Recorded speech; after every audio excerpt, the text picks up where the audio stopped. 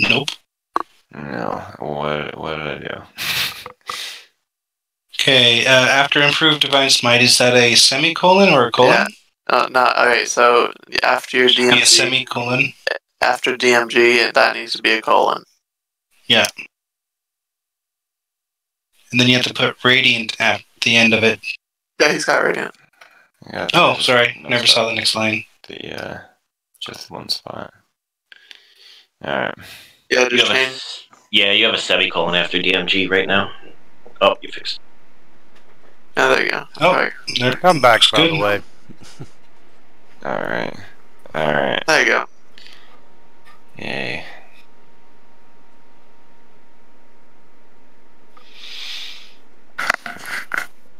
Alright, so which classes? I see we have 2 paladins. What else do we have here? It's like a half paladin. You're still a paladin. We have a monk and a cleric. Alright. Plus 3 new characters. Yeah, well, Gallifrey is a warlock sorcerer. Alright. Marvin is a bard. Oh, fun. Oh, excellent. We have an excellent bard thing in there. Yeah, we got a bard item for you. Item. Oh, yeah. Some kind of... Kennelith Mandolin. It has spells. We can fly, levitate, cure wounds.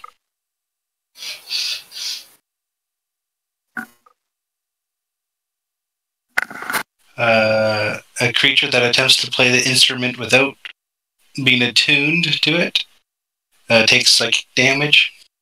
Yeah, something like that.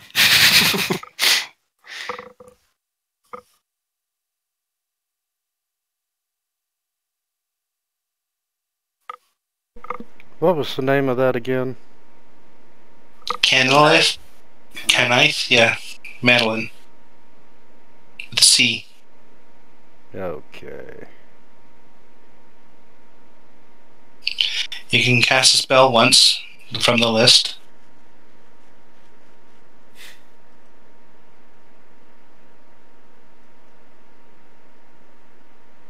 Ooh, they can have disadvantage on saving throws.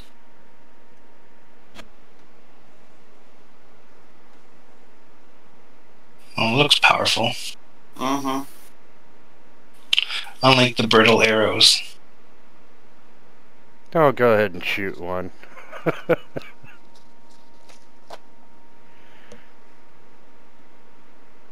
Defeat the final boss with nothing but them.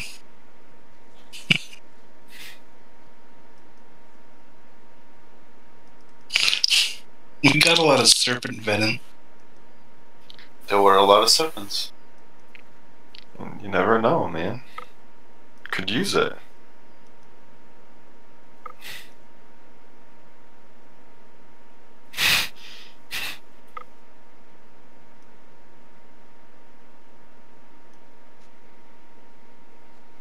Well, we could combine it with the brittle arrows and actually do 3d6 damage.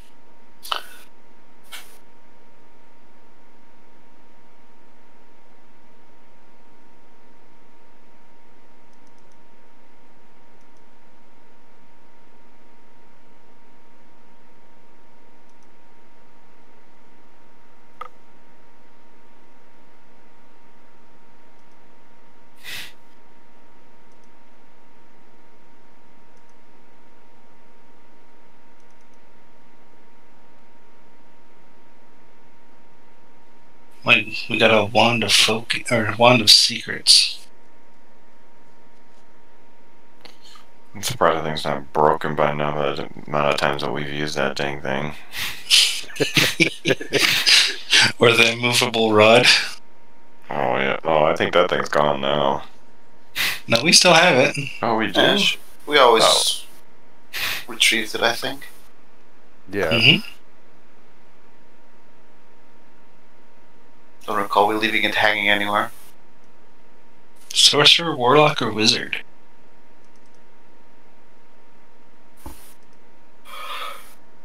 Oh, we don't even need to attune it. Nice.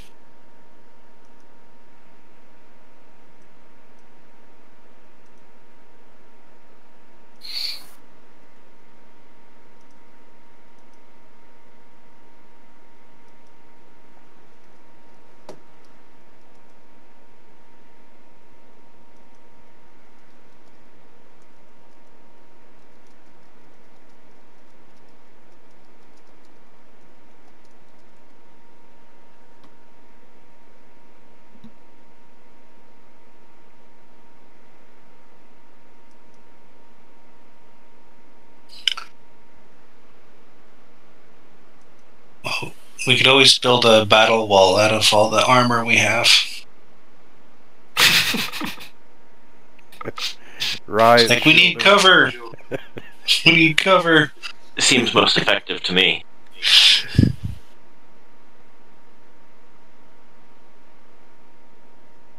By the way, who's carrying this bag? I hope it's a bag of holding or something. Well, Gallifrey only has an 8 strength, so he's barely carrying himself. I think I have... How much strength do I have? I have a pretty high amount for some reason. Well, you don't have any charisma. Let's hope you at least have strength. Well, come on now.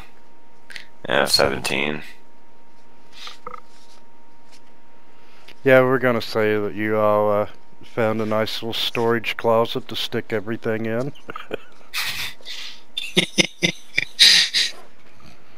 We all have the storage spell. I don't know. Item box.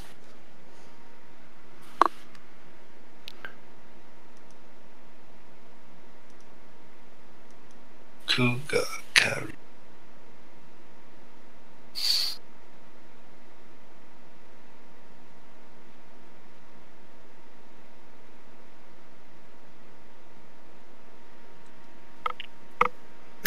You can go ahead and begin when, or I can finish up the rest of this as we go.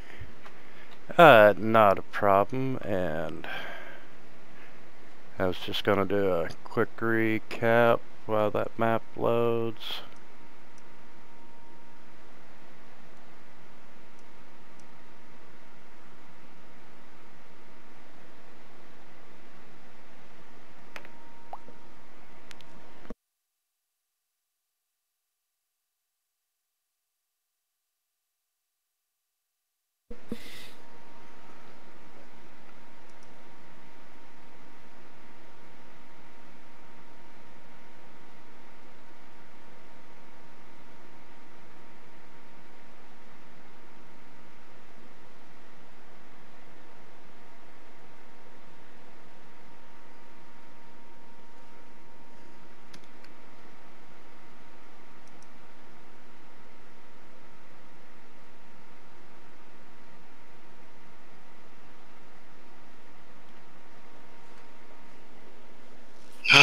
We can see everything. We can? Oh, there's a lot here. Yeah, my computer is gagging trying to load the map. Unfortunately, with this one, they are huge. Eh? Nice high-resolution maps.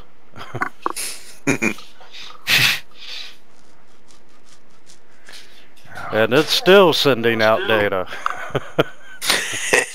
It's Ungar's computer.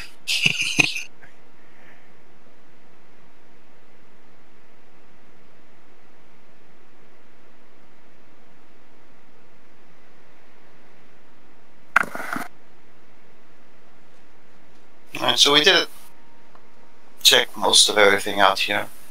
Yeah, we just have that door that we haven't gone through. So we can take the boats. Oh, there are boats. You haven't been down that one stairwell right up by the round room that takes you down a level. Really, there's no reason to take the boats unless you really want to.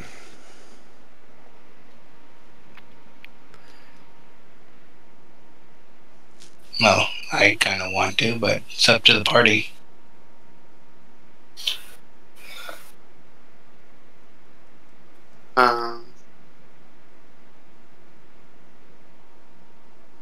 Or we can go down and start the big bad guys.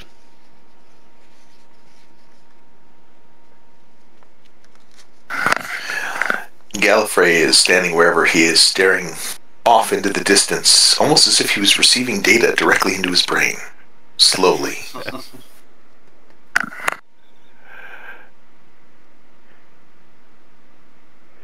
And let's see.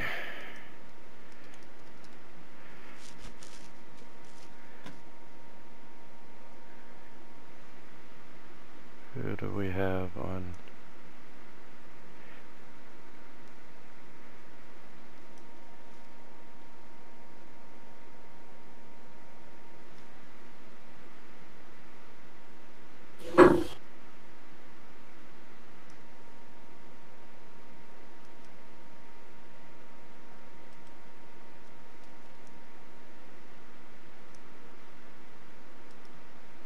And I'm going to go ahead and share the next map just so it's there when we need it. I may need to restart Fantasy Grounds. I've gotten the "this program isn't responding" gray out screen.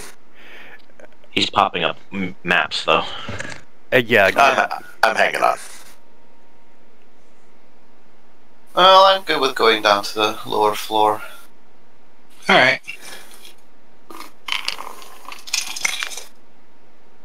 We had to sacrifice a creature in order to get to the boats anyways.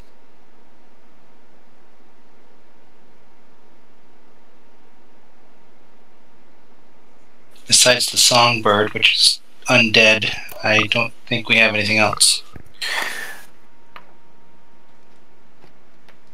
I don't think my familiar counts because it's not really a being and it's not really sacrificed. I don't think. Yeah, it probably would not. Gallifrey has a pseudo-dragon as a familiar. Although, there is something we could sacrifice, but I want to keep it as a pet.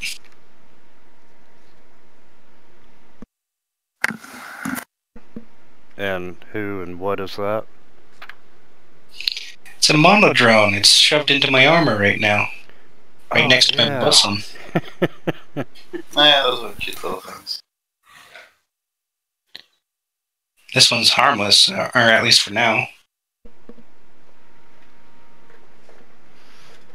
Okay, if we're gonna go after the bad guys, I'm gonna go ahead and put you all on the map of the Cradle of the Death God. Oh, thank God. Okay. Nice ominous name. Over-exaggeration. Freed out a lot. Yeah, why don't they ever give him, accurate descriptors like the Happy Fun House? Hi, this is the Cradle of Steve.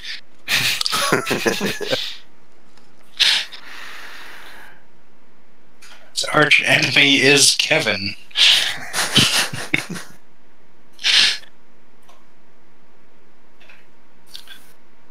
Tomb of the Lich Lord Maurice. Was once married to Barbara.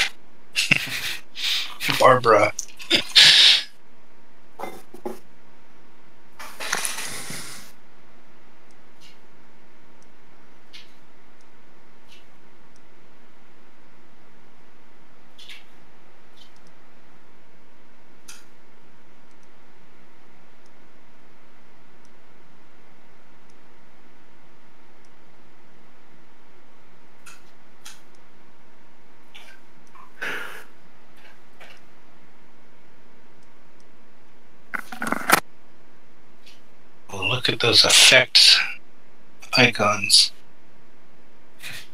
What are those? Yeah. Ooh, they're huge.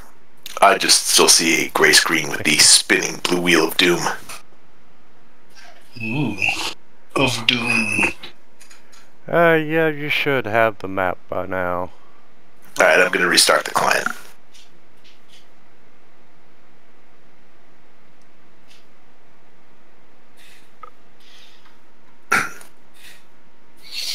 And go for a...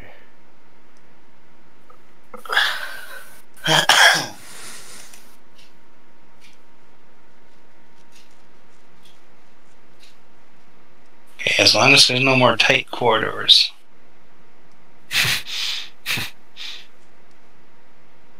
Oh, just suck in those big titties and get on with it. Pavo started this adventure as a man. One thing led to another. First episode, I come back as a woman. I was unable to talk for the remainder of the first character's life. And he died in a box and no one heard him scream. Yes! I missed that. That was awesome. The only thing we heard was a squish. It sounded like an orange being flipping juice.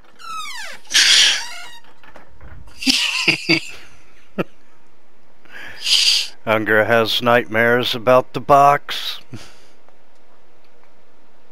Yeah, He's never been able to drink a glass of orange juice since. I mean, I'm used to it with like Dark Souls and mimics and stuff, but man, I've never gotten into a box and had it kill me that way.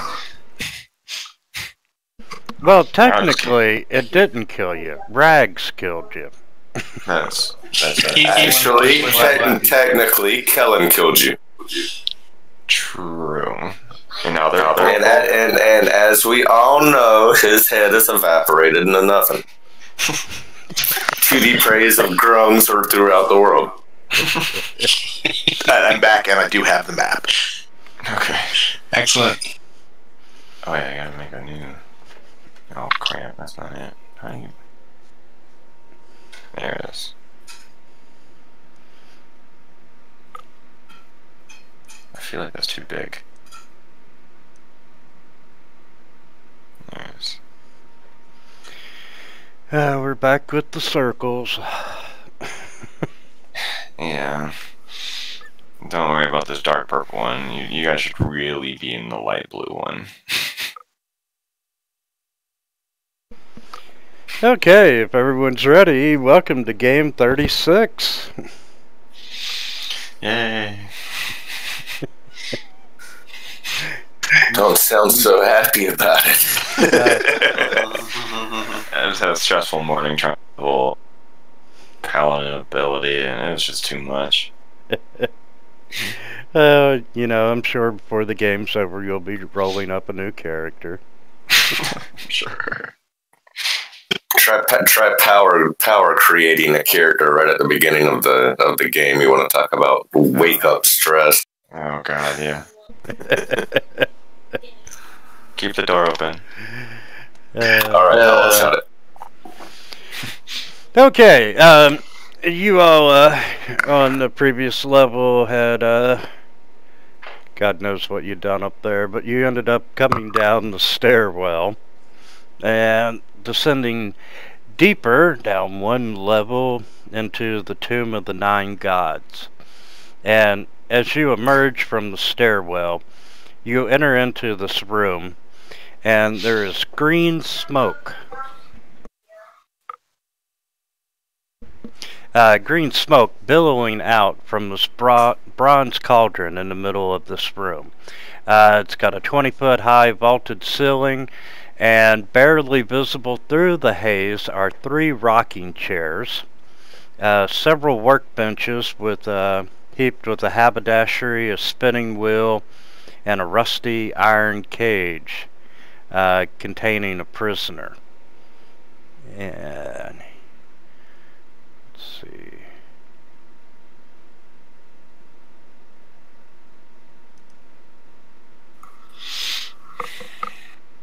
Hey, good choice of name.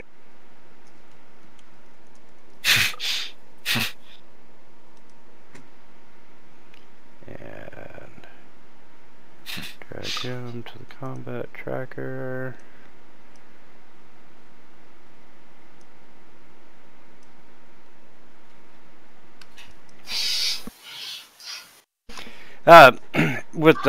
It's got a rusty iron cage containing a prisoner. You see galleries standing 10 foot above the floor to either side of the room.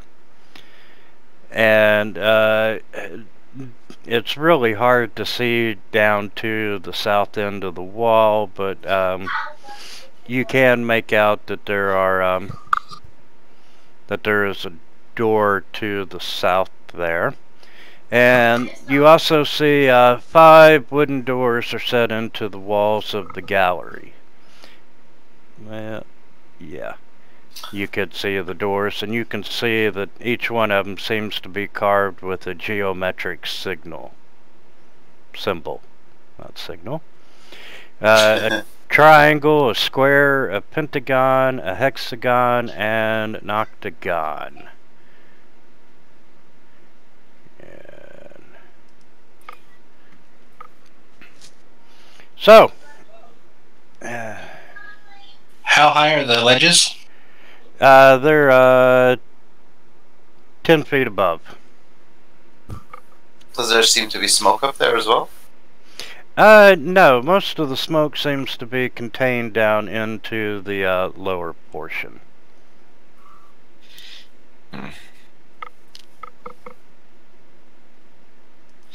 Is this prisoner in the smoke or kind of above it?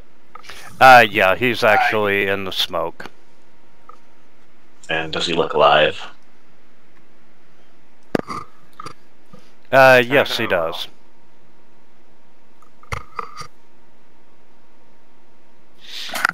Is he showing any ill effects from the smoke, like coughing or turning unnatural shades? Sprouting unnatural appendages? Give me just a second. Frankie! Dang it. You wasn't back there cussing. Okay. Yeah, the prisoner in the cage is alive, and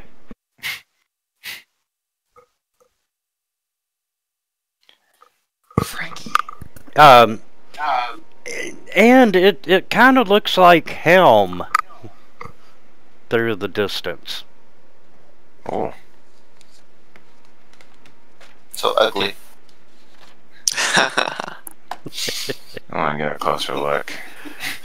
Yeah, I'm getting out of the Famous last words. Okay, Ungra, as you move forward to check out Helm. Oh, don't panic yet.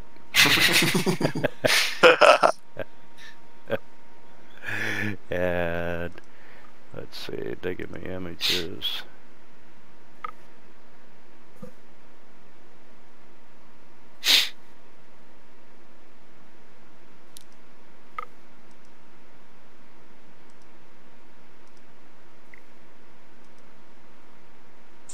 Should I take that instrument? Yeah, We can't take use it. Isatha, as you move forward, you can't see something moving in the smoke coming towards you. And you see 3 tiny figures waddling towards you. And it's a straw doll with rusty pins sticking into its body. I pass out. The other one is a faceless child molded from clay. And the third is a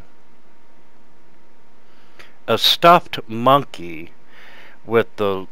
but its lower body is that of a unicycle. And they are creepy. My worst nightmare.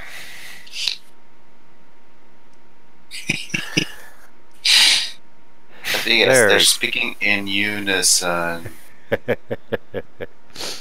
Oh, look, they're so cute! No. Yes, they are. Alright, well, I'm gonna hit him.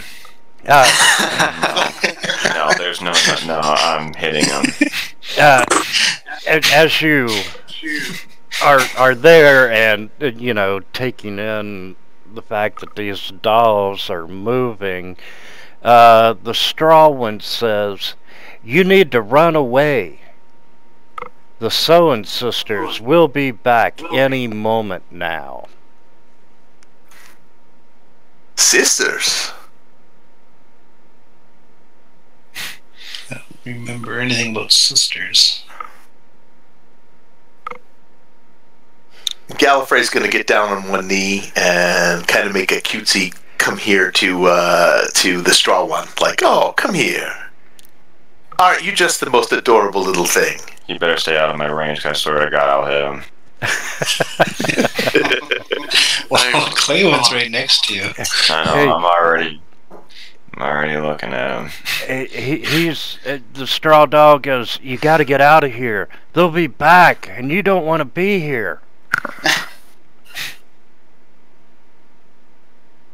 Who's in the cage? One of their prisoners, and kind of does the quote marks in the air.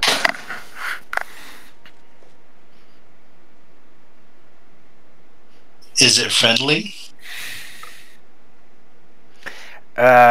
We don't get near it because we don't want to upset the sisters.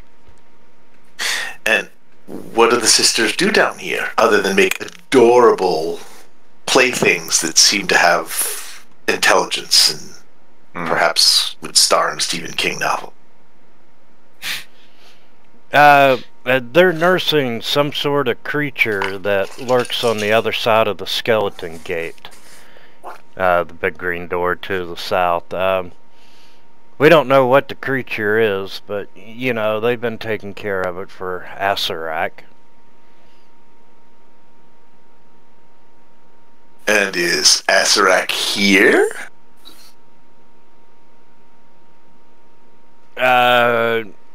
We don't know. He comes and goes whenever he wants. And what do you do for the sisters?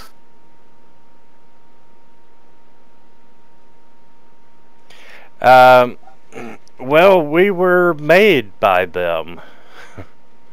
And we'd really like to be free of them. Is there a latch on the cage?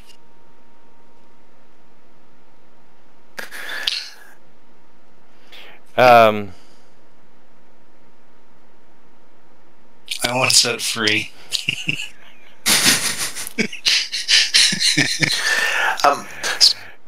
We'd love to help you all get free. Can you help us figure out how to stop this smoke that's making it hard to see and breathe? That's the sisters. We wouldn't touch it. So what can you tell us about the sisters other than they are nursing an unspeakably evil horror hidden behind the not at all ominously named skeleton gate?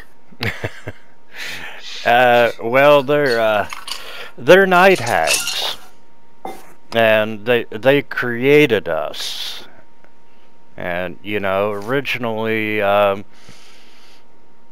souls were in bodies of flesh and blood, and they have made us into these weird shapes and dolls and whatnot. Just for fun?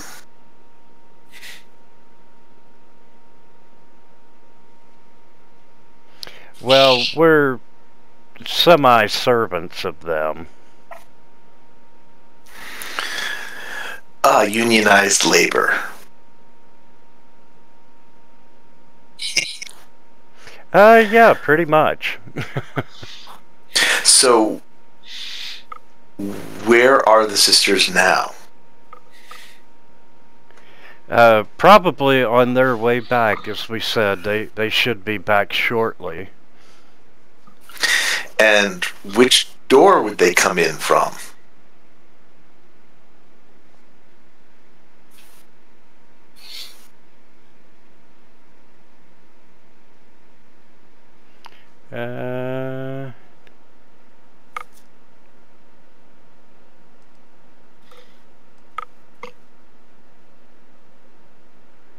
That's a really good question.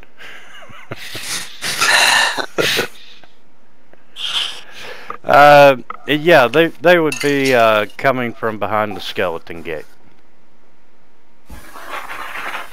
Which is where? It's the one on the south. Yeah, that's the green door. Gotcha. Okay.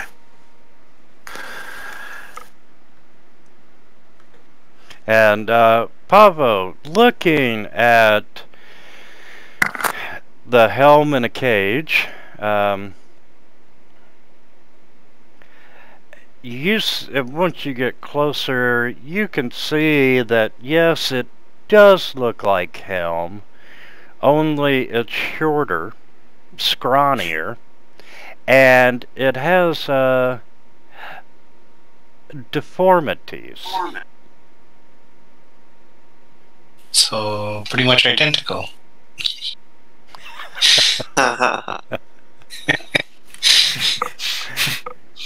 And hey, little guy, how you doing? Straw Bundle moves up, and he's like, the sisters created him, and they have been torturing him to find out more information about you all. Well, if they created him, he shouldn't have any memories.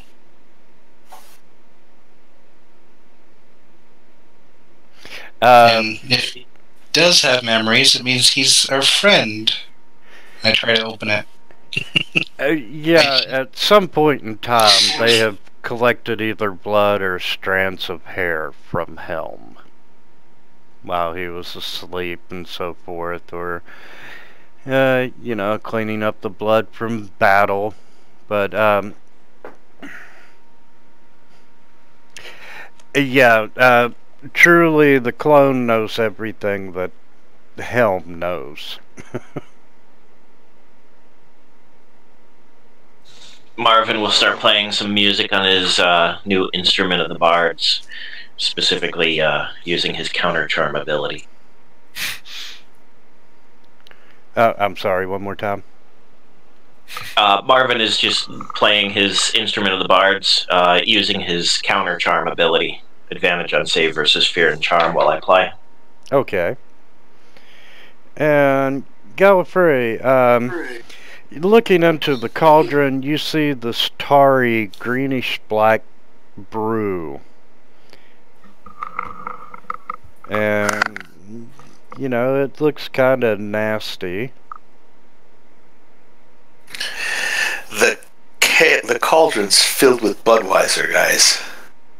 Let's do it. What about the doors that appear? Do they look shut or? Gallifrey, you do see a lid that would fit the cauldron on the floor nearby it. I'm gonna put a lid on that bad boy. Okay, and not as much smoke is coming out, and over the next few minutes it will dissipate from filling the room. And say all the doors are shut. But they have symbols on them.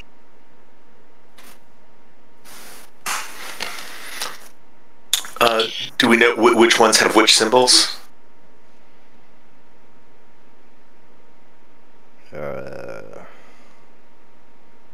Well, we know what the symbols are, just don't know what door.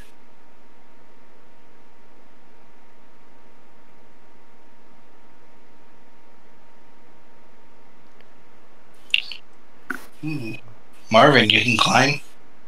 Let's see. I could try. What you trying to climb? A 10-foot wall.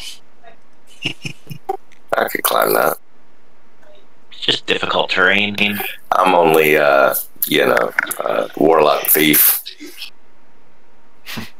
With spider climb. Where Marvin's at, you've got the pentagram followed by the hexagon. And on the...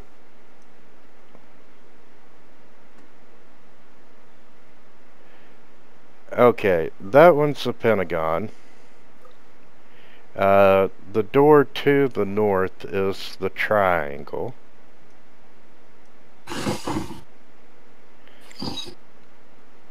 and followed by the hexagon. On the east wall, at the top is the square, followed by the octagon.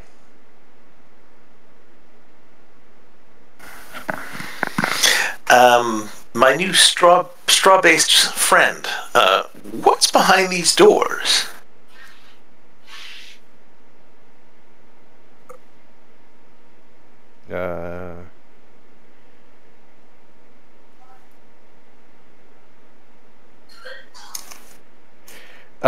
We really don't know. We can't leave this chamber unless we are picked up and someone carries us out. And if I pick you up and carry you out of here, what happens if I put you down upstairs? Are you free?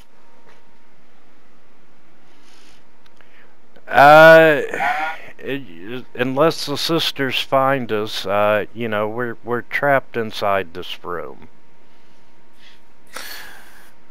That sucks.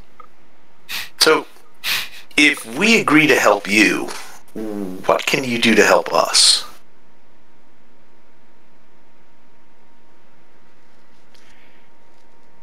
And which character's saying that? Gallifrey. Gallifrey. You know, that little straw doll looks up at you and he's like, you know, I really like you. You're a nice guy. And you've just been so friendly to us, and you know, let me give you something special. And you know, he's like, motions you to bend down, and yeah, this is a really bad idea. However, I go ahead and I bend down. I'm gonna activate my flame tongue. And Searing Smite. And he gives you a little kiss on the forehead, and you can tell that, you know, he has passed a charm onto you. Well, thank you, little fella.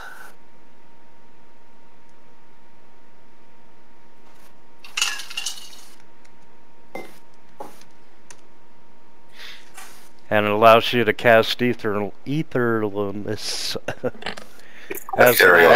Thank you.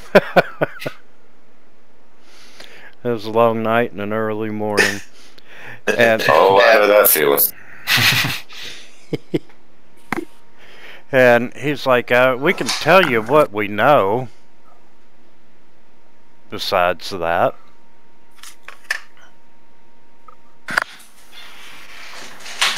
Sorry, I missed that.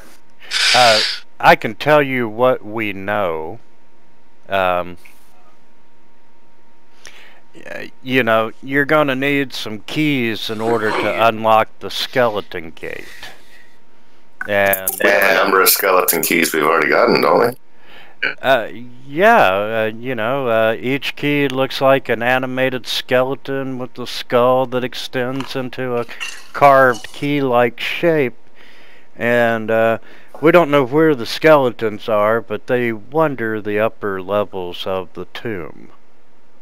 We did get some skeleton heads with some weird shapes. How many did we get? Yeah. You've got the amount needed. We wouldn't still be carrying around Yaka's half-melted skull, would... No, he ran off. Actually, didn't we trick him and get him caught someplace?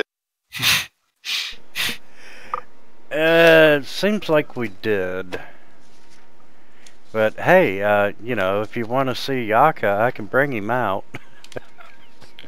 I mean, I'm good. Unger really misses him.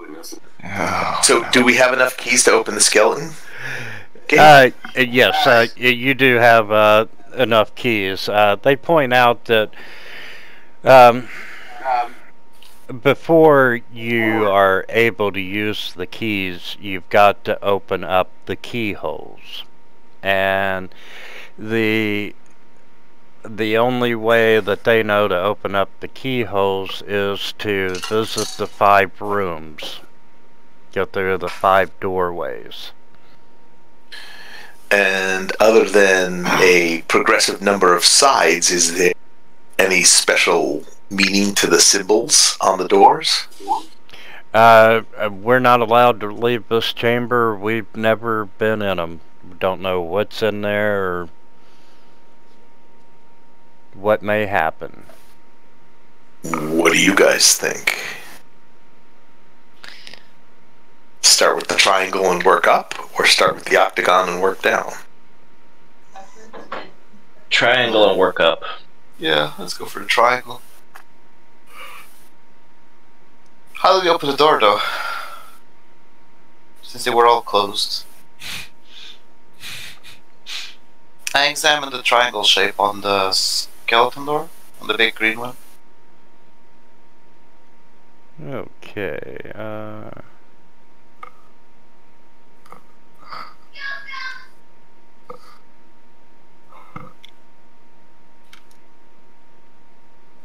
that's on the gate. And say, since you're close enough to the gate, you see this 12-foot high, 10-foot wide door that's made of green stone.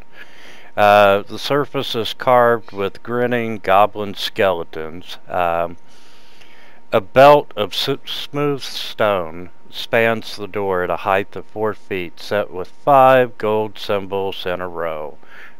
A triangle, square, pentagon, hexagon, and an octagon. And each symbol is engraved on a recessed circular seal. So you do have, you know, like the last level, you got the status lights above the doorway for when you complete one of the trials. It will slide open, revealing the keyhole. And on the door itself,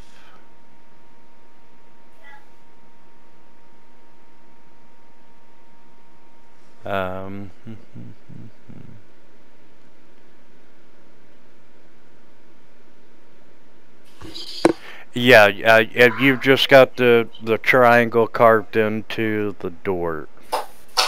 All the symbols are just carved. And the doors appear to be unlocked. The one on the upper floor? Yes. Oh. So shall we try the triangle one then? Sounds like a great plan.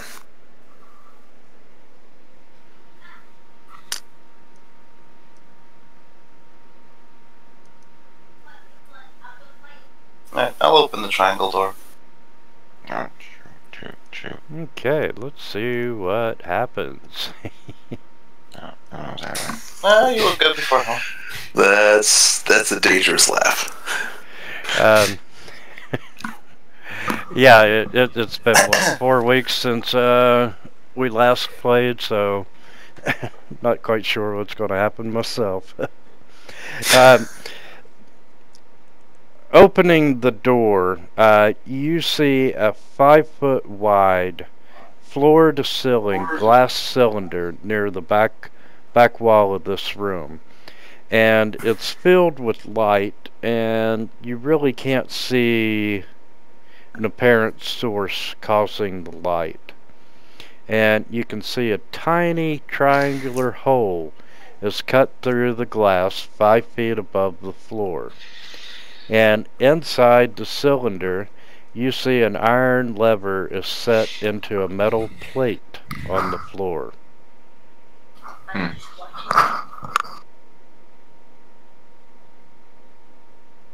Well, I have some affinity for radiant energy and light. If you want me to try and reach my hand in and turn the key, I can risk being burned mildly. Well, I'll give it a try with Mage Hand first, I guess.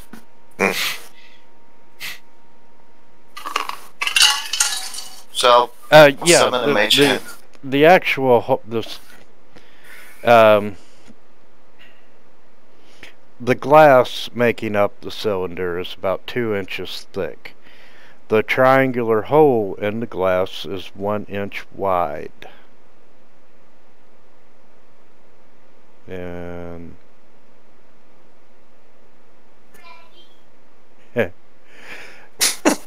so, who's gonna mage hand? I do. Yeah, I was gonna give it a go. That would There's at least probably three of it. There's probably 3 of us with mage hand in here. Yeah, it's a way too useful spell for not to have. well, who wants to go close to the cylinder and try the mage hand? Do I need to? Can I just make it appear like X yards away from me? It's a 30-foot range in it. Yeah, you sure can. Yeah, range 30. So you So cast. I make it appear inside the cylinder. You make the hand appear, and you've got the lever. You know, you control the hand to wrap around the lever and try to pull it. And yeah, it's too heavy to be moved with a mage hand. Dang it. Alright, plan B. Is it too heavy to be moved by 3 mage hands?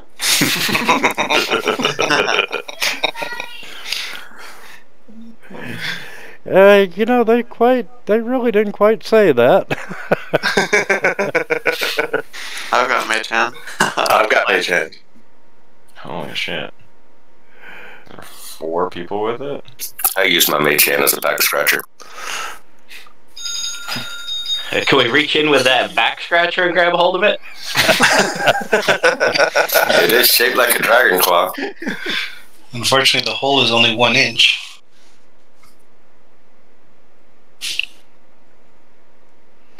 You know, the back scratcher is probably 2 inches wide and won't fit through the hole.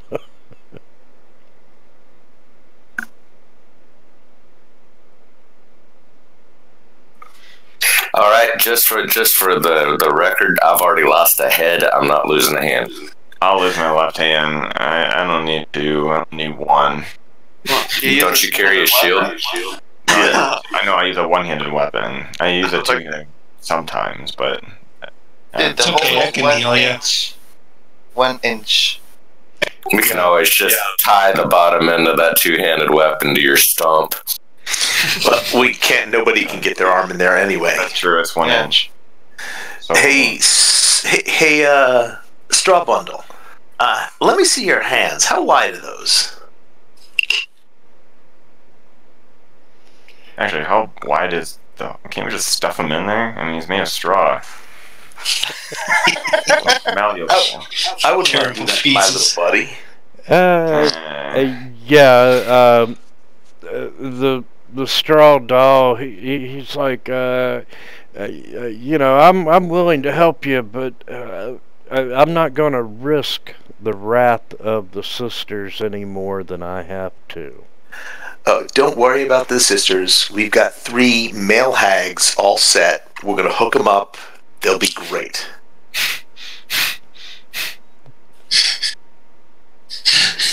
No,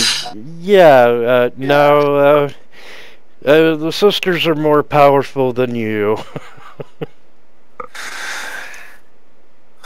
Well, I'm a little offended.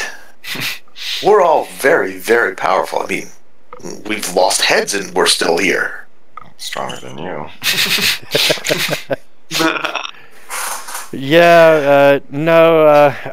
I'm not going to do that. Oh, I understand. My life has been enough hell anyway. And once again, the cylinder is 5 foot in diameter and would hold someone inside. Oh. Have any kind of Shit. shrink spell? Thanks to my straw buddy here, I can become ethereal. Holy shit! Isn't that just useful? And it kind of makes you wonder how that fit into everything. I can get somebody in there. I don't know if I can get them back out. Does it involve a blender? Sort of. I can turn you into something small and then put you right back to your normal form once you get in there. Yeah, that's the thing with the ethereal one. If he's gonna push the lever, he needs to be non-ethereal. Well, Back out. I can perform that task 3 times. Yeah. So I can become ethereal. But let me check something out. Then we can't see where the light is coming from at all. Correct.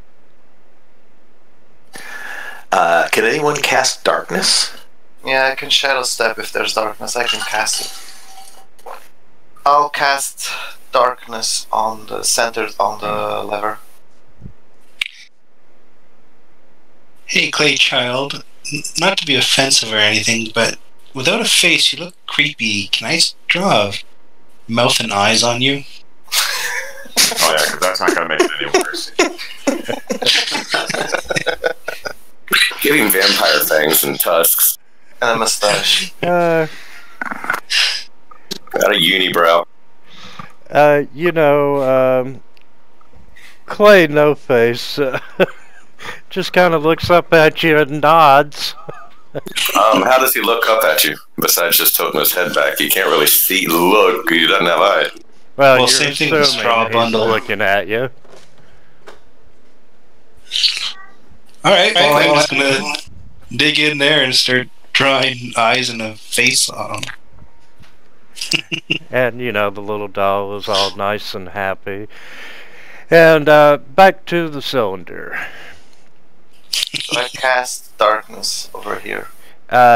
Casting darkness, the cylinder does indeed grow dark. Okay. Then I'll use my bonus action to shadow step inside the cylinder. Okay, and you step right inside the cylinder. You have the lever right in front of you. Alright. Then I'll use my action to pull the lever, and my bonus action to shadow step the hell out. Well, there's one problem with shadow stepping back out, though. You casted darkness on the cylinder, you didn't cast darkness back where you were stepping back out to, did you? It's a 15-foot range. Yeah, I centered on the circle. Yeah. Okay. Okay, as you're pulling the lever, you pull it and nothing bad happens to you as you're shadow stepping back outside.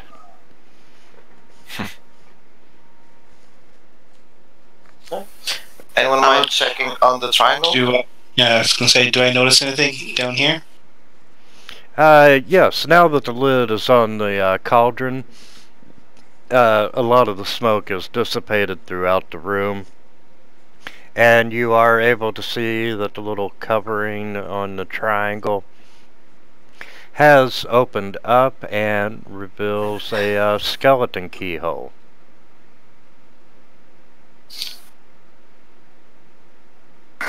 One down. 4 left to I'll go. just yank in the skeleton key. Pull it in before it closes or something.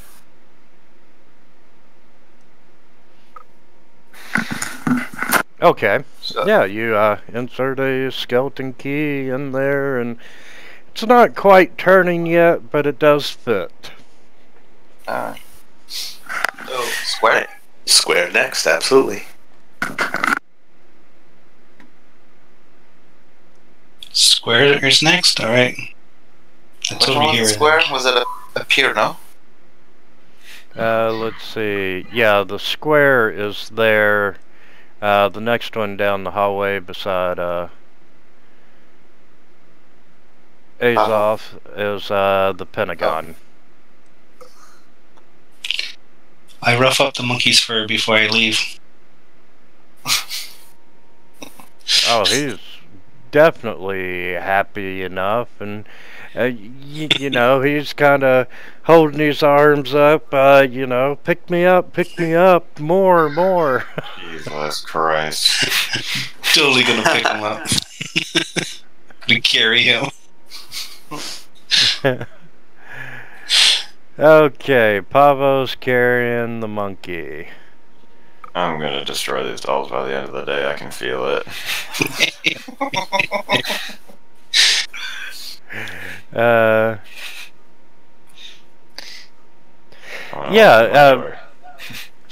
Pavo, as you pick up the monkey, you know, it kind of gives you a kiss on the forehead and gives you a charm.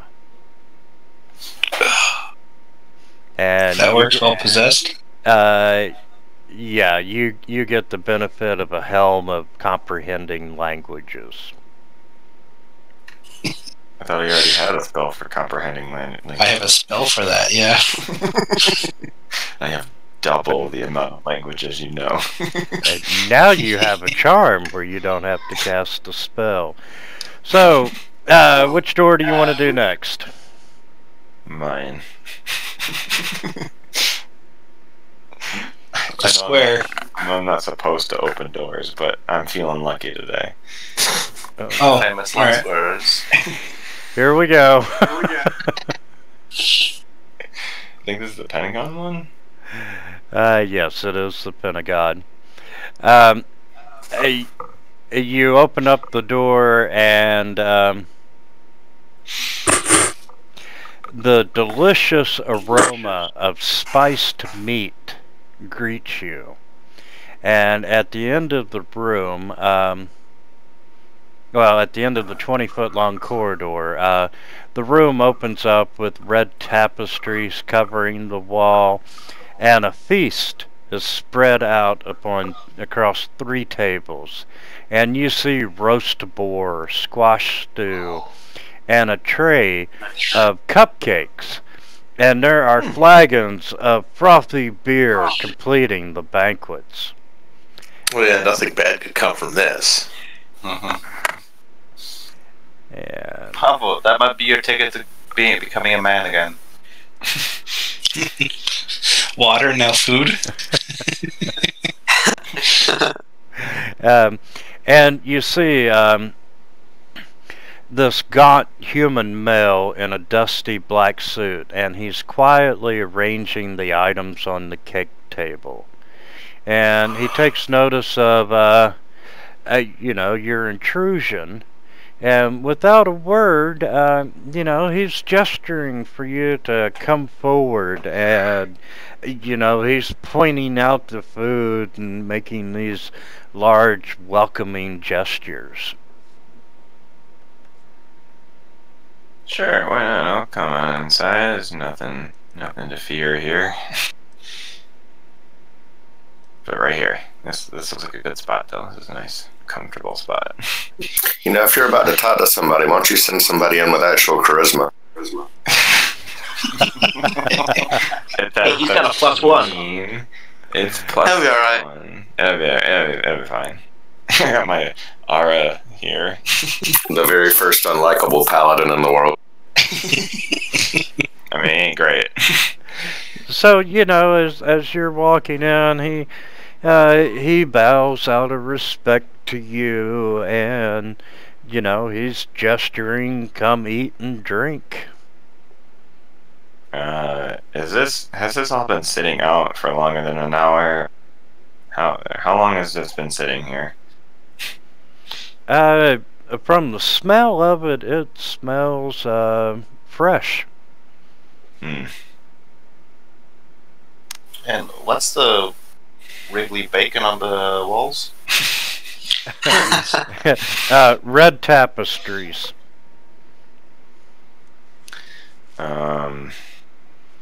So, when did we pass the kitchen? I want a cupcake. I think the kitchen's in the middle. And let's see. Big burly paladin wants a cupcake. Pavo is the only one still possessed, right? Yes. Yeah. I'm not Really? possessed anymore. Mine was And cured. Everyone else is dead. Oh, yeah. I never got possessed. Mine was oh, cured. by the way, Well, you for look the like a new goat. guys, Zay looks like a goat. Oh, yeah. He's got fur, he's got horns, he's got hooves. Just makes him punch harder. Been trying to find an image to change, but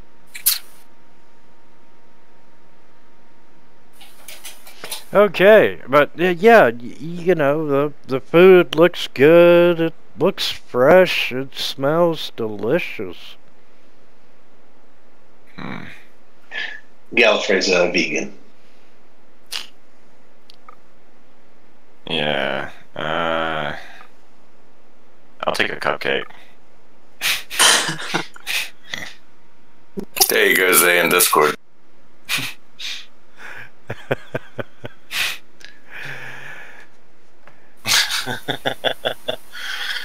Yeah, pretty much. Okay, bit- and pan-floaty.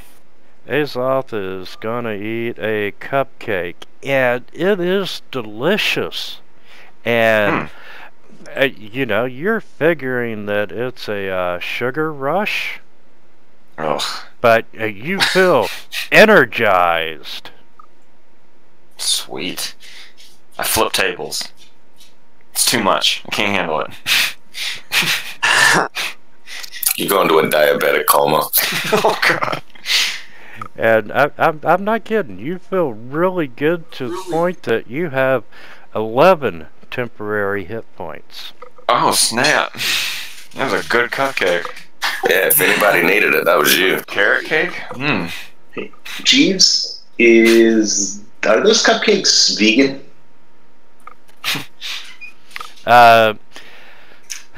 The servant is shaking his head no.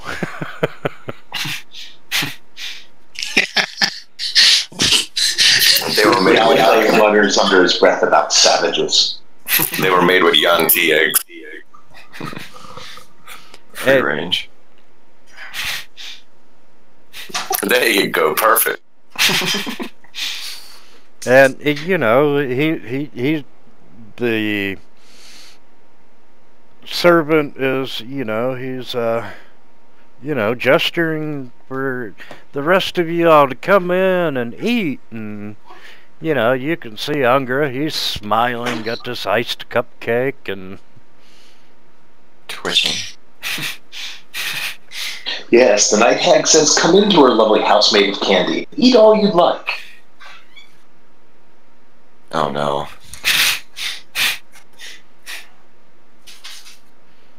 and you know, once again, you got roasted boar and squash stew, and you know, Azoth, the servant turns to you and he's holding up this big flagon of frothy beer.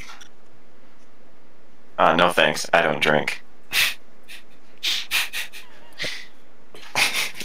Oh, come no.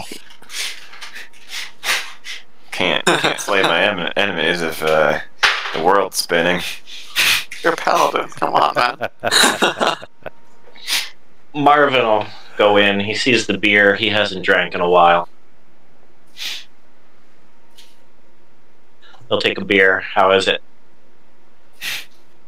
The beer is really good. It's you know, it's even cold, surprisingly. You got another? Yeah, Just yeah, chug you it know, back. you know. All right, we'll take another. One on a cupcake. And it begins. Throw me a leg of that boar. He's gonna look around. Marvin's gonna look around. Enjoying your beer. Yeah. Anything else in here? He's gonna take a look at the gaunt human. Does it look like he's armed or has anything like that on him? No, he does not. appears to be. Ask him if there's a way to open the door. He just kind of shrugs. He either can't speak or seems unwilling to speak.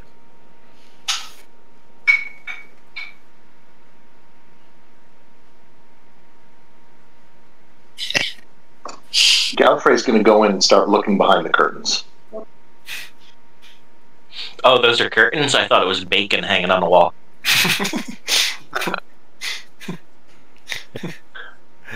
Looking at the tapestries, there's 5 of them, 5 red tapestries, and they're hanging from iron rods bolted to the wall. Each is made up of pentagonal patches stitched together. And can I get you to make a wisdom check? Just a wisdom check or a save? Just check. Sure, hold on.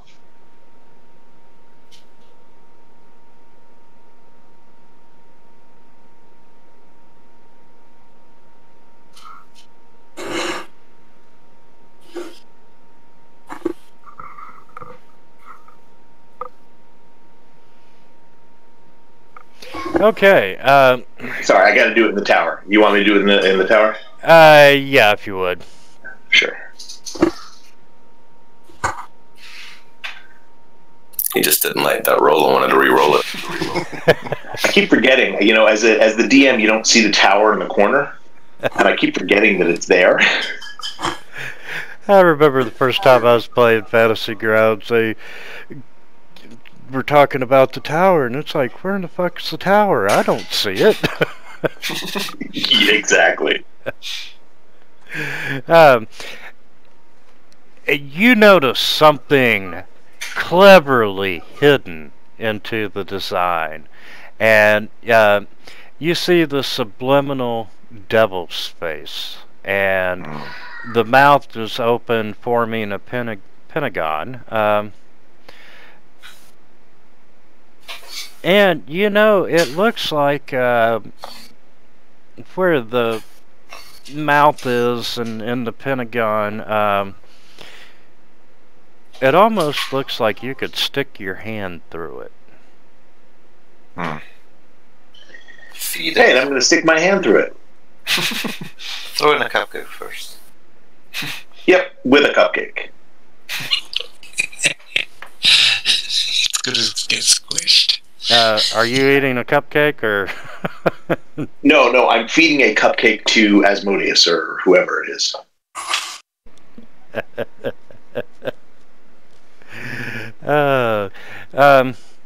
Okay, you know, you're shoving the cupcake through the open mouth, and as you're reaching in, you can feel like a lever. Oh, I'll pull the lever. And then scream as my hand is bitten off by the mouth closing. And you are able to pull the lever, and nothing happens to your hand or in that room. Whew, handy. Thank you so kindly. And as you pull your hand out, it is devoid of the cupcake, and you can swear that the devil has a smile on its face. Good idea on feeding that devil. Everybody enjoys a good carrot cake every now and then. Carrot cake. Okay, so Azoth ate a cupcake, Marvin drank some beer, Gallifrey didn't eat. Anyone else want to eat or drink? Hey, eyes off. Yeah. Bring me back some of that stew. Alright. I'm not going in there. Anyway, I want the stew in one hand, and I'm gonna take this pig and I'm gonna carry it in the other, and like underneath my arm. I said just a leg. I don't need the whole pig. I don't know. Feasting for a while here. Never had fresh food for a while. In that case, I come over for a leg. I don't want to eat it. I just want to hit somebody with it. Well, I'm gonna eat it. I use it for a sneak attack. Can't you just use like the whole pig body though? Just throw the hog at him. Because I'm not a pig. Okay, Helm's gonna eat the stew. Pavo's gonna eat the boar. Rags is gonna hit someone with the boar. And just the boar leg. I'm gonna see if the monkey wants any pig. Okay, the stew. Helm, you feel healthier. And as such, I'm just going to share that story entry with you. Ah, okay. Very nice. And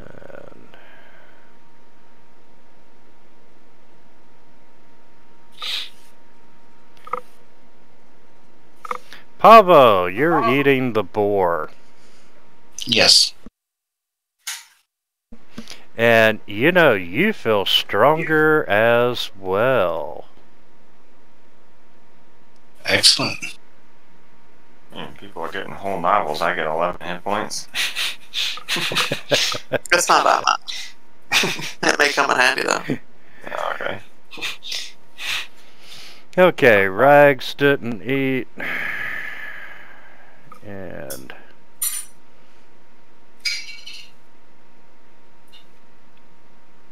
okay, and as you emerge to the room, you know, you can see that the Pentagon covering on the green door has opened. Oh, shit. All right, so which one next? I'll open the next one. Let's go 3 for 3.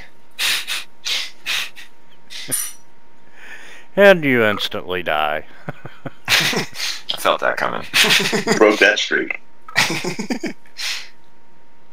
Opening the door reveals a large, cracked, six-sided mirror that's mounted above a stone shelf protruding from the opposite wall. You see 5 unlit candles on the shelf. Each one of them is made of yellow wax and covered with tiny black sigils. Scratched on the wall above the mirror in dried blood are the words, "Piggy, piggy, piggy." Oh, you should hit the candles with the pig's leg. All right, here I go. Oh, no.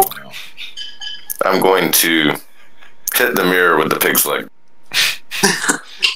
Okay, let's see.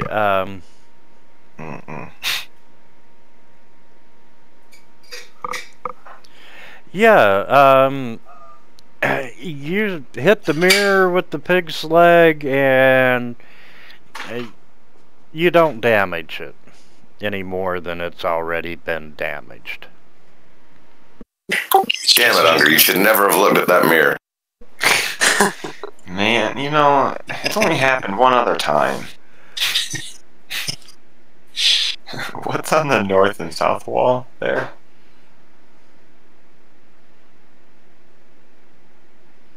Looks like a tripwire.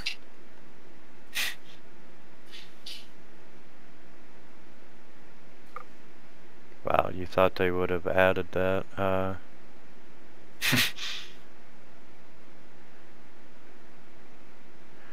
The 6 candles.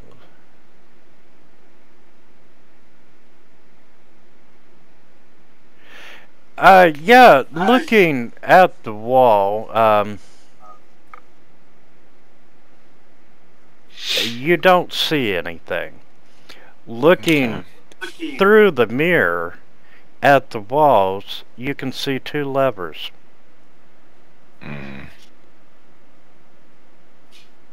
Weird. So what symbols are carved on these candles? They're just small runes, sigils. Alright, well, Let me try something. I'm going to step up here. I'm going to look through the mirror and try to guide my hands looking through the mirror to see if I feel anything. I'll do the same side.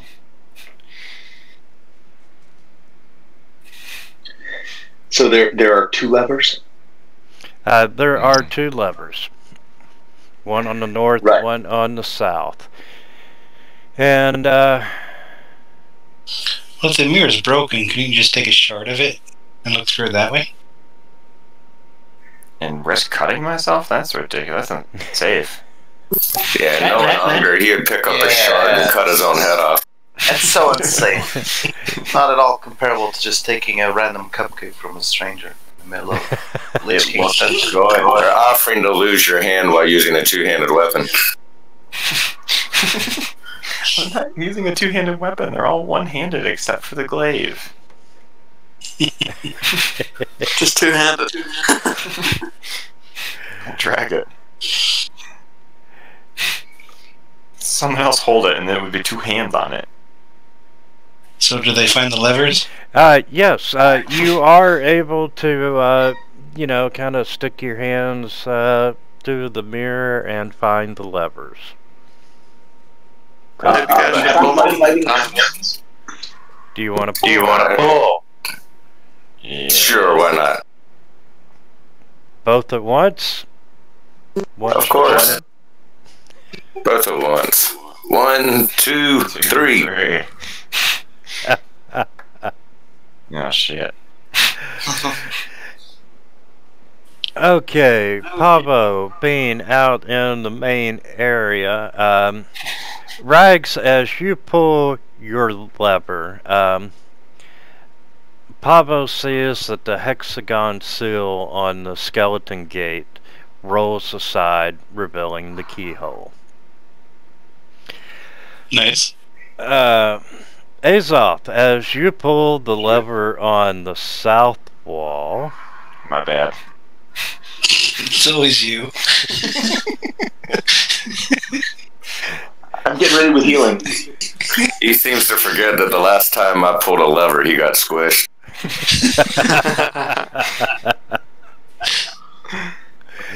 Yeah, I love it.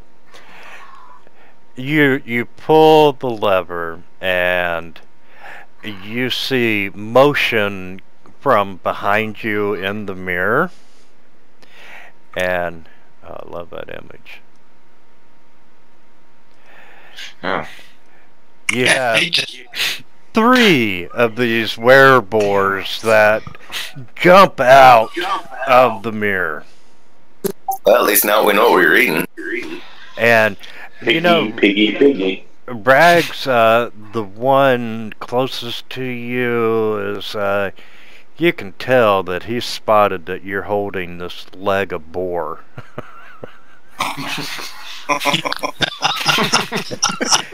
And gentlemen, it is time to roll for initiative. Damn it. Yeah.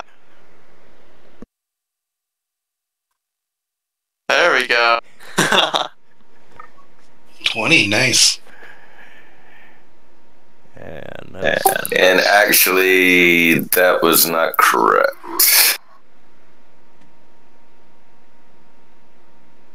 Well, for someone with a +0, that's pretty much as fast as he can go.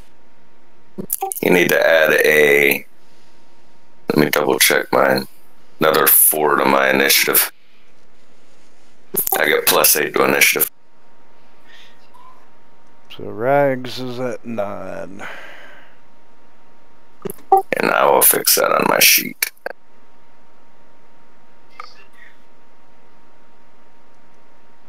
Okay, Marvin, You know, you're peeking around the corner, so you're aware of what just jumped out of the mirror. I'm going to cast Fairy Fire on those three.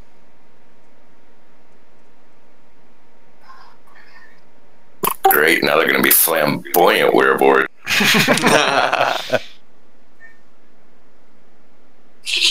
Oh, that's cool.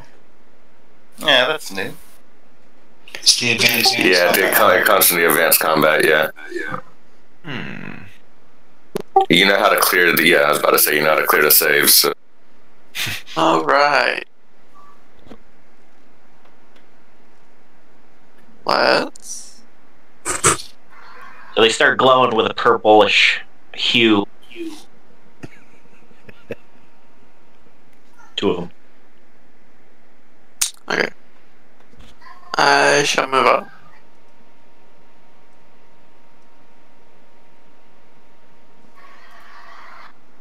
And I'll just swing normally at 18.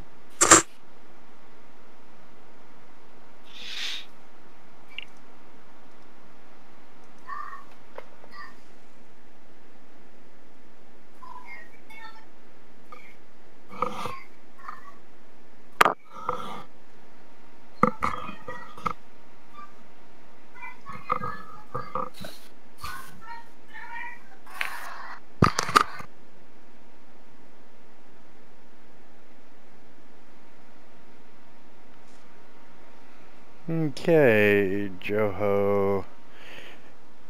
Prisoner. Okay, so I'll move 15 feet here. How high was the wall, sorry? 10 feet. 10 feet? So that's another... That's 25. So that's an extra 10, basically. Just give me a second, I forgot how much I can move. Oh, yeah, so I that just would jump be- off my shoulders. That would be 45. I'll move over here. Oh, I like the new icon.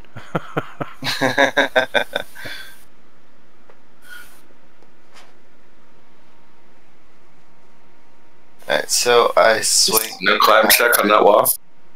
I can run up walls now. And you don't get difficult terrain on it? Nope. Just Just run up the excellent. water. That's all I get at level 9, so. Sorry. So the two bottom ones are purplish. That means we get advantage on them? It'll automatically do it. Oh, okay. But yes, you have advantage on them. Okay. So I'll swing my staff at the one right in front of me. Which hits. 6. Actually, I was swing my staff of the one in the middle.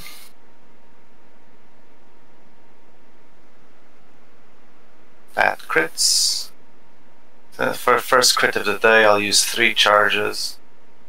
It's almost dead already. Is it? Just float to That's the the one ground. in front of me. It's red. Yeah. Oh yeah, it's red. Alright, I'll use 2 only then.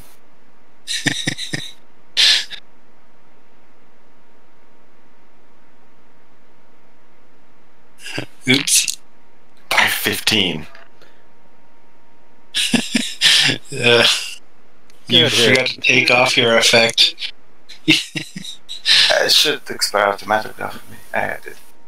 I'll use Flurry of Blows and I'll punch the guy in front of me twice. 4. 1. There we go. And I'll move back. Away.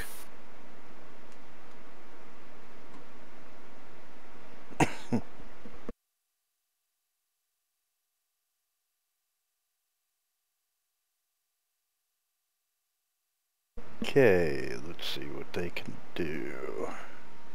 Oh wait, sorry, I just noticed there were way too many dice in the previous one. It was gonna die anyways. Yeah, well, with 4 ones, maybe not. Should I just re-roll it? I guess I dragged the wrong effect. Well, you applied the 3 and the 2. Yeah, I dragged the 3 and the 2. I thought I hadn't dragged the 3 when I was going to drag it. So technically, it should be 4 less d6. Yeah, we'll just go ahead and count that right now. Not worry about it. Alright. Was that low? Okay. I've already deleted him from the combat tracker, and let's see.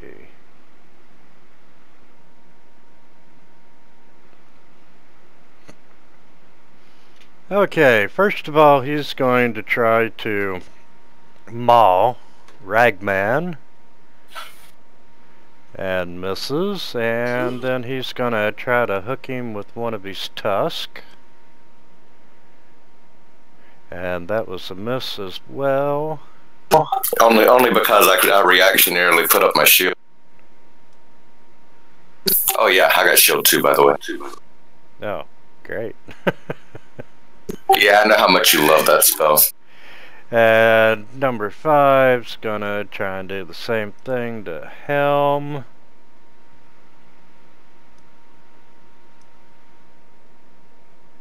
And both of them miss. Rags, you're up.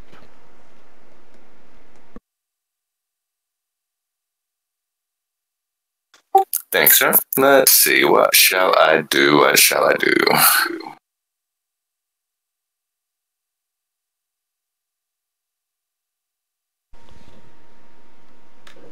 Use that. Alright, I'm just going to attack with both of my weapons. Start off with my rapier.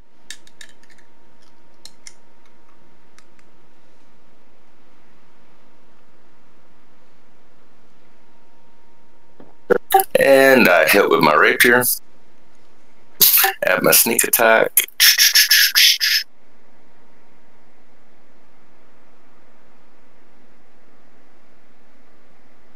Yeah, I kind of figured that was going to happen. No magical weapons. Alright. Since I saw my rapier did no damage, I'm just going to step back 5 feet. And no, I did not use my... Disengage? Disengage? No, I don't need to use it. I'm a swashbuckler. As long as I swing at something, it can't get an attack of opportunity on me. Rags, before you move, just to make sure everyone has a fair shot at this level, let's make your rapier +1 in magic. And okay. Everyone should have at least one magic +1 item. I sure do. Yeah, I got my flame tongue. Under which case he takes 21 points of damage. Yep. I'm applying that now. And outside of that, actually move me back real quick if you don't mind. Since that hit, I'm not going to know that he is resistant to magic or resistant to regular, so I would have attacked with my short sword.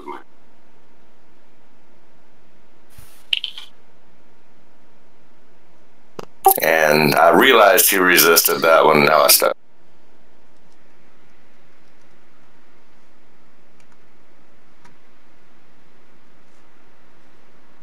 Okay.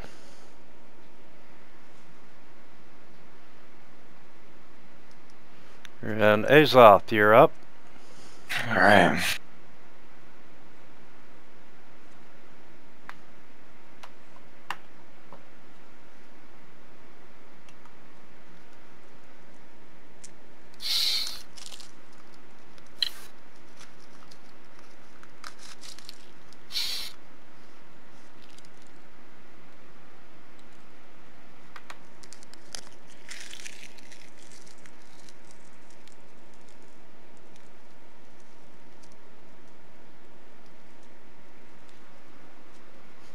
You know, every time you all have encountered a mirror, something has jumped out of it.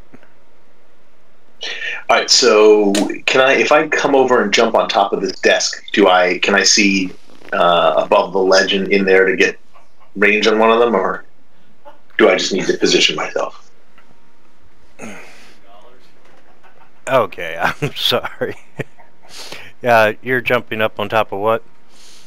I was thinking about if I jump up onto this desk here, do I have then line of sight? You know, above this, the second level, the upstairs, or is it still too low? Yeah, I would give you line of sight because table's 4 foot and you're 6 foot, so yeah, you should be able to at least see over the wall. All right, cool. Then I'm gonna take that move, go jump on top of that table, and I will blast that werebore with all 3 blasts from my Eldritch Blast. Well, that's an automatic miss. No, you're not. Oh, yeah, no line. So I do. So I don't have sight. I can see down the hallway.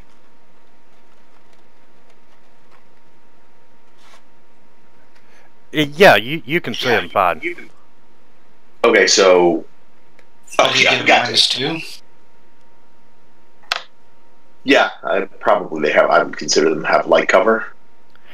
So Yeah. The first one was an automatic fail, but second one hits, and even with the -2, hits a 26. Is that good enough to hit their armor class? 26 is good. Maybe. Where the hell is it? Yeah, 26 is really good. Okay. Yeah, right. And I then- did with a 12 earlier, so yeah. Yeah, the third one, I put the disadvantage on it. Still hits. Okay. That's my turn. Okay. And Pavo. No. I do have agonizing blast on that. I have to add that. So that's my charisma modifier and additional damage to the 2 that hit, so that's another plus 10 damage. Okay. Let me modify the cantrip.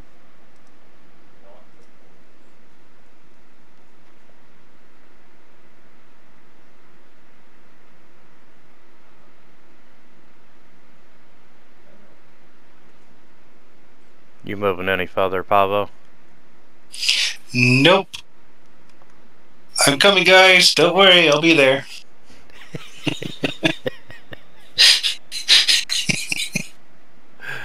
All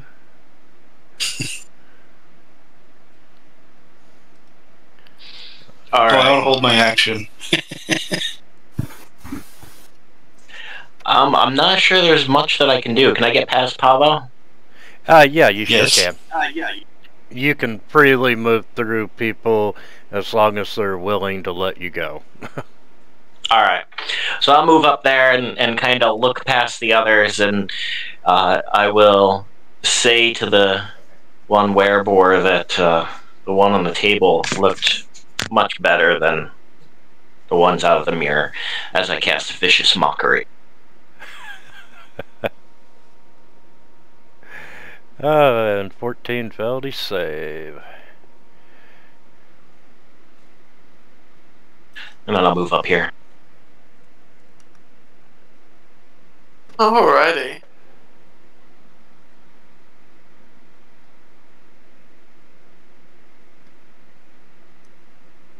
I figure Azoth can handle number 5, so I'm gonna swing at 14.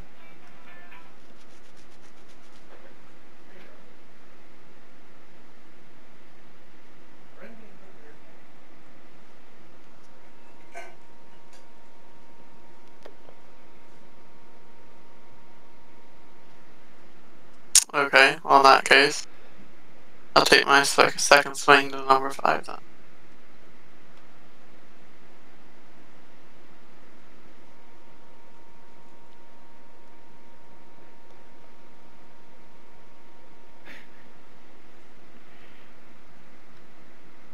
Good Yeah, hit. just kill everybody. find that improved one smite's actually pretty nice. Right. That's an extra 1d8 on every hit. I know. Absolutely. Okay, well, all three werewolves are dead and on the ground, and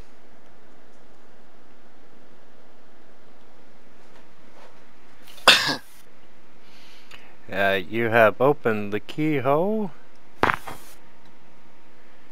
And nobody lost a hand. Yet. Yet. And guys, this is a really good time. Do you mind if we take 10 here? Yeah, sure. Go ahead. Sure. Sounds perfect. Cool, I've got to grab a sandwich. I'm starving. See you in 10.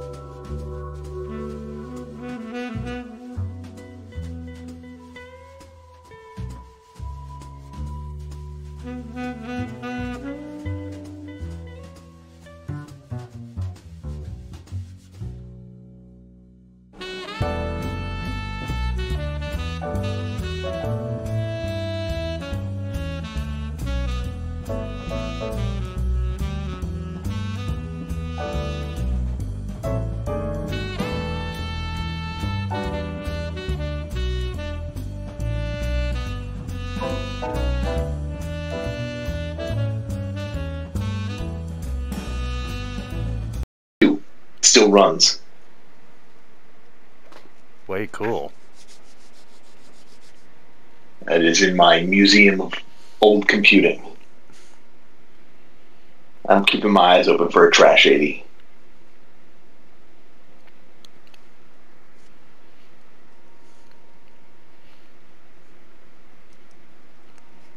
Yeah, many years ago, I get tired of old computer parts everywhere, so I divested myself of the majority of it. Yeah, the Apple is sitting in my climate-controlled storage facility, storage locker. I moved about a year ago, and I lost a substantial amount of shelf space, closet space, and other space. Which is ridiculous because this house is like 500 more square feet than the old place.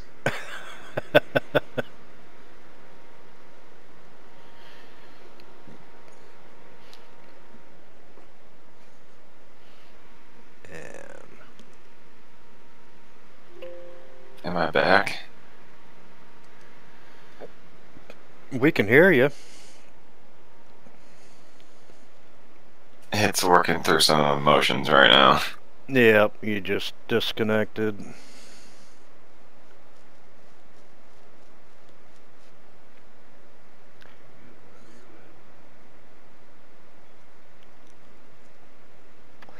Hey, Rags, I'll buy that big 20 off of you for $50.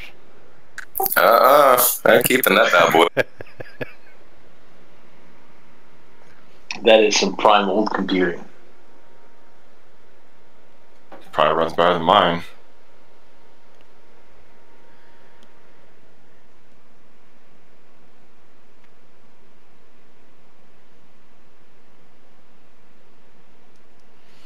And Unger, let us know when you're back and we'll get started.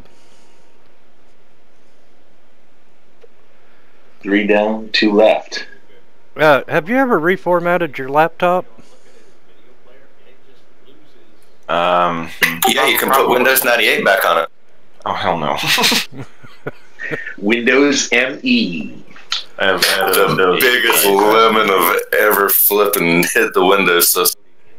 Agree with Damn Windows ME. God, I hated that flipping OS. Yeah, I probably reformatted like maybe a year or two ago because it freaked out after my friend gave me something, so I almost blew it up. I was like, no, I'll try one more time and reformatted it, and yeah, so it's pretty clean now, but it's just hot garbage, man.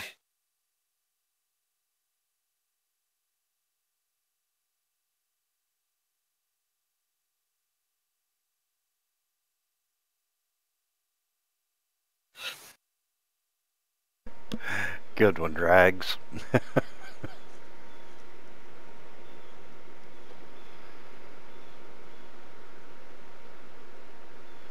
Anyone going to PAX Unplugged in Philly? Nah, I try to stay away from the city of brotherly scum. I go there I only went there last year for Unplugged, going again this year. It's a nice long drive. Yeah, it's a long drive for me too, and honestly, I'll probably go up next year because my best friend lives right up near Philly, so I'll probably go up and visit him and hit it, but I can't do it this year. I just moved 1,500 miles away from that direction, so I don't think I'll be going. Yeah, that's right. You're out in BFE, aren't you? Yeah, New Mexico, Might as well be BFE. basically.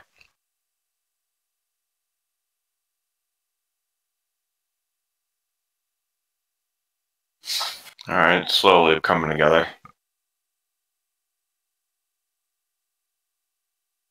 Oh, so you just went through post? I have.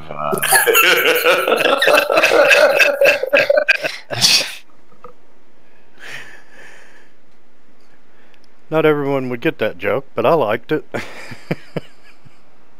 Post is when you first power up your computer and it goes through your memory and system test before it starts booting the operating system.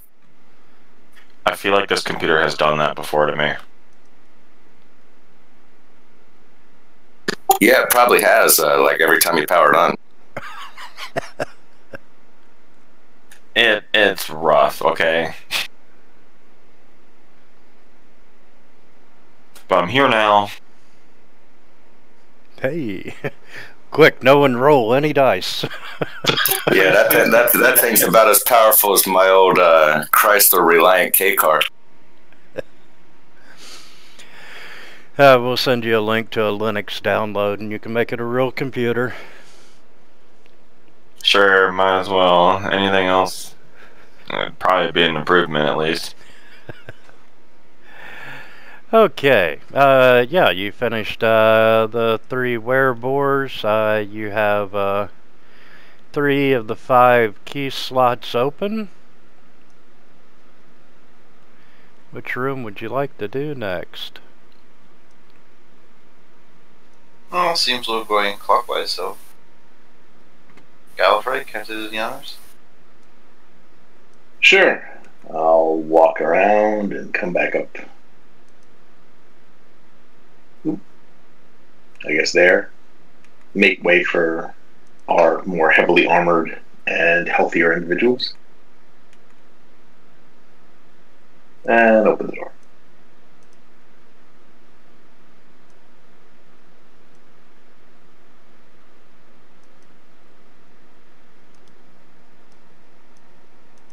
Okay.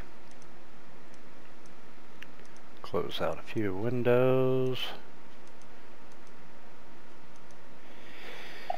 Okay, the ceiling of this plaster-walled room is 15 foot high. You see a leather-backed tome resting open atop a wooden lectern bolted to the floor. And set into the wall behind the lectern are 8 human skeletons, arranged so that they appear to be falling and screaming.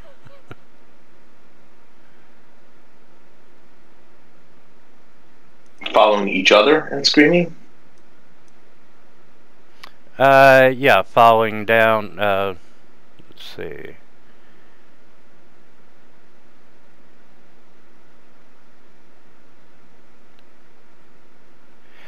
Yeah, they just appear to be, you know, in the process of falling, tripping, and screaming.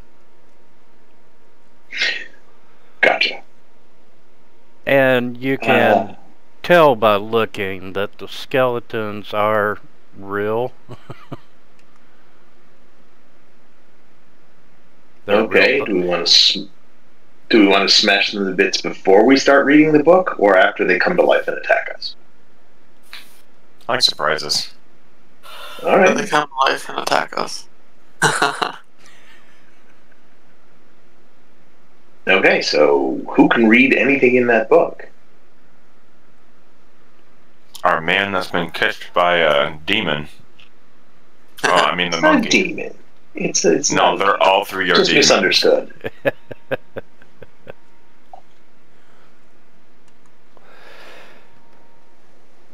You want to read the book, Pavo?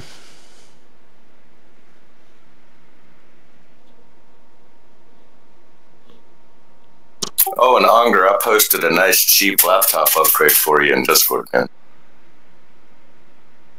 I'll look at my phone. It'd probably not hurt my computer that way.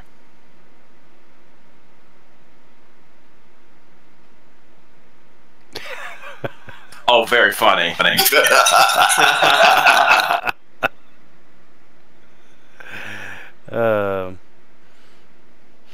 So you move up to the book, and Azoth, you can't read it. It seems to Oh be. no, I'm not even gonna try.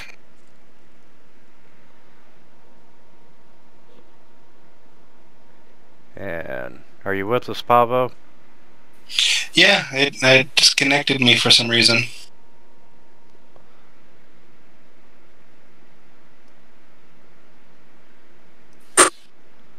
I'm going to move you up to where you can read the book. All right. It takes you a moment, and you realize that this is written in Infernal.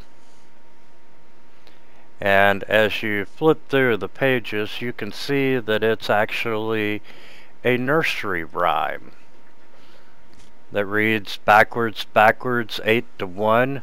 Speak the rhyme until it's done. Keep the spider locked away. See the lever clear as day. Spin, spin, iron spider. Turn their flesh and bones to cider. Speak the rhyme and meet your fate. Forward, 1 to 8.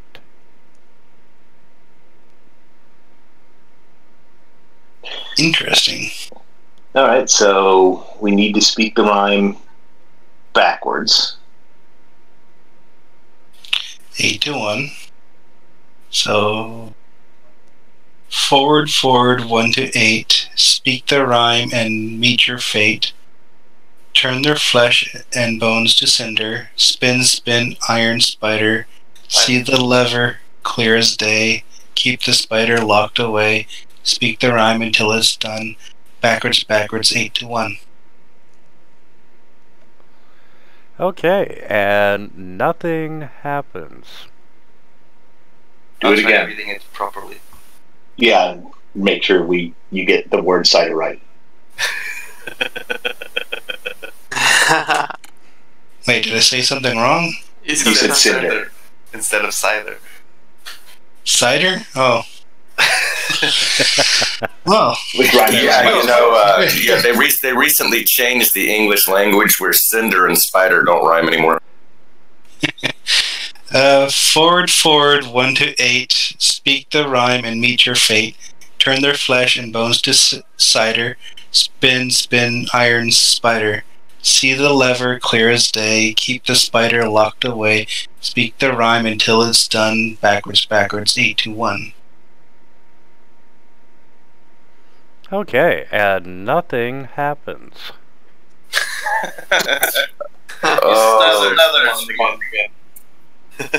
Well, we may need to do it 8 times. Either that or we need to read it. 8 to 1, then 1 back to 8. Oh, yeah, maybe. Or backward then forward. Backwards, 8 to 1. Speak the rhyme until it's done. Keep the spider locked away. See the lever clear as day. Spin, spin, iron spider. Turn their flesh and bones to cider. Speak the rhyme and meet your fate. Forward, 1 to 8. What language are you saying this in? Infernal. Infernal. Wait, no, I just understand Infernal, don't I? Yeah, you would be speaking in one of the languages that you do know. Okay, let's see what happens this time.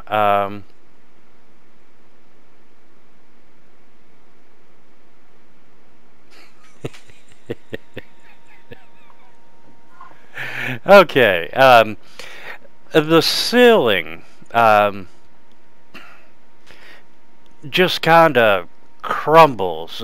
It's very thin plaster, and instead of falling down toward the ground, it's actually falling up. And where the ceiling has crumbled, you see this bladed iron fan that looks like a giant spider. And the fan begins to twirl, and the three of you in the room feel like you're really light on your feet, as in gravity has been reversed. crap. I'm gonna say it backwards now. Yeah.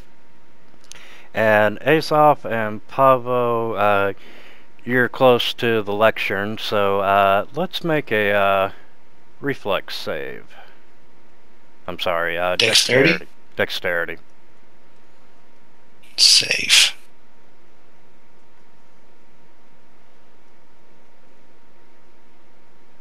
You get my buff, by the way. Yeah, it saves. Yeah, make sure you add in the charisma, the buff from the paladins, and honestly, saves don't need to be in the tower.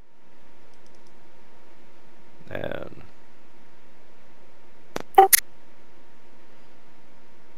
okay, Ungra.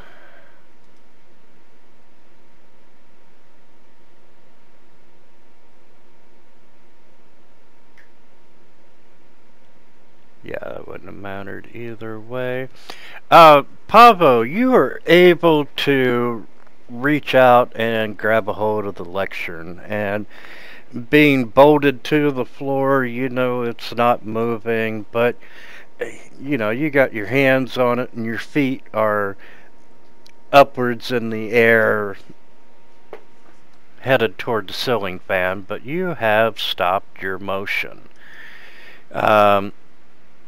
Azoth, you tried to grab a hold of it and fell spectacularly. Wonderful. Grab my foot. Grab my foot. And let's see. Helm, you are falling upwards as well. Ooh. The deck save. Should we say floating upward? And I feel like I've seen this in a movie before.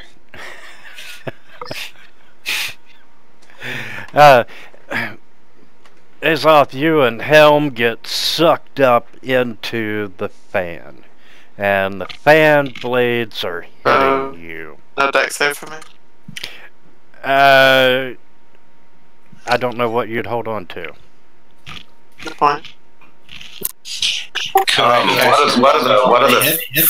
are the fan blades made out of? Iron. How would they react to plate melt? Yeah. Basically, our two warriors just became a wedge. I was wondering if I could cast a spell before they hit, but no, not with grabbing hold of the lectern and so forth. alright. You know, I'd let you take the damage and then wedge them with your bodies.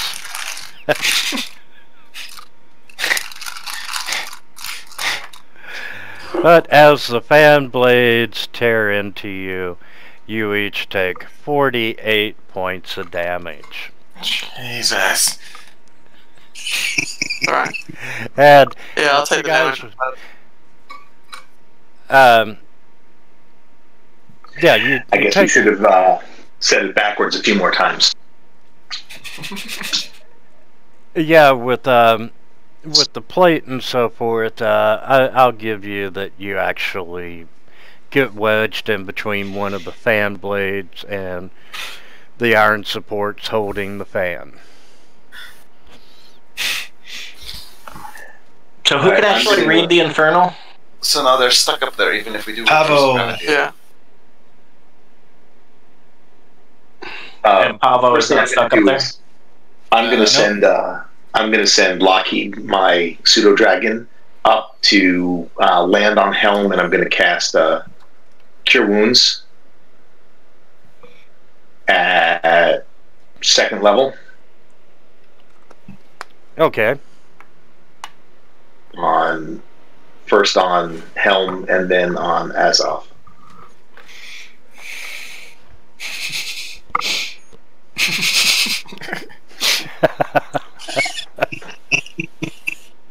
Oop. Sorry, Han. 2nd level, I just have to check it. 2nd level, it's 2d8, right?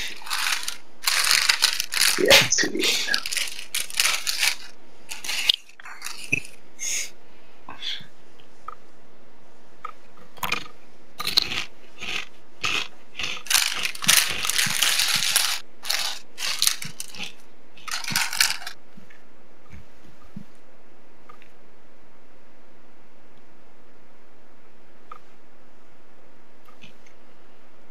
Okay.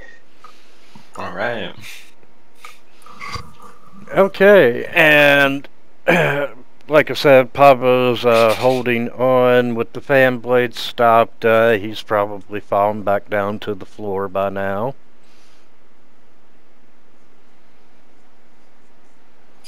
Now, is the fan broken, or is it still trying to spin?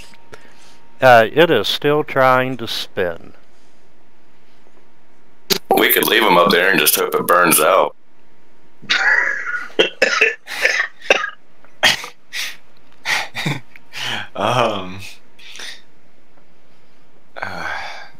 Don't we got that immovable rod thing? Can we use that instead? Well, I can stop it from spinning, but I don't want to waste a 4th level spell. Well, the other side of it is if Unger's helmet's wedging it, can somebody cast a grease spell under his helmet so we can just grab his feet and pull him down? Hang on just a sec. Can I blast at the fan blades with Eldritch Smite or Eldritch Blast on the other side of the room so that I don't have a chance of hitting them, and see if I can basically break off the fan blades that are not wedging them in? Well, when they start spinning again. The ones that aren't wedging them in. Yeah, just keep going to break all the other fan blades and then break us off as it's the last ones. Yeah, I'd let you do that. Alright, so I'm gonna 3 blasts a turn. Start blasting away at the fan blades that aren't wedging the guys in. You want me to roll attack rolls? No, you don't need to. Okay, so you start blasting, and, you know, there's chunks of iron falling down from the ceiling. Azoth and Helmer still, you know, pinned by 2 fan blades, but you've got the majority of them off. Alright guys, when you jump down, the fan's going to be out of balance, and it's going to eat itself up and throw shrapnel everywhere. So, Pavo, I'd get out of there, and I'd be ready to duck, roll, cover, and hide as best you can.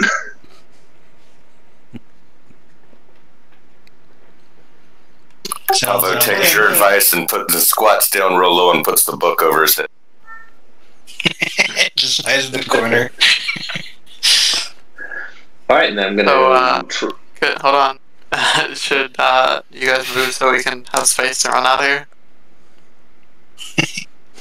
Yeah, I need to be in the door. I need to be in the doorway so that I can blast at the fan things. But I can move out of the way quickly and Ragman and pop. Yeah, I'd already set myself to move, but there we. And so I'm assuming that I have to probably be here to target the blades. Correct. Mm-hmm. Okay. Marvin, How high other up way. is it? Make a hole, Marvin. I'm saying, how high up is it? It was above the ceiling. Was 15 feet, and it was just above the ceiling. So it's got to be 15 to 20 feet up. Right. All right. So I can catch one of them. You're going to catch a lot of shrapnel. Well, I can catch them from just visible range. Oh, I don't have okay. to be in there. So I will be, so I can see one of them, and I will, using the loot, hold and cast and hold levitate on, I will cast levitate on one of them. I'll just take the free fall, it's fine. You're used to it.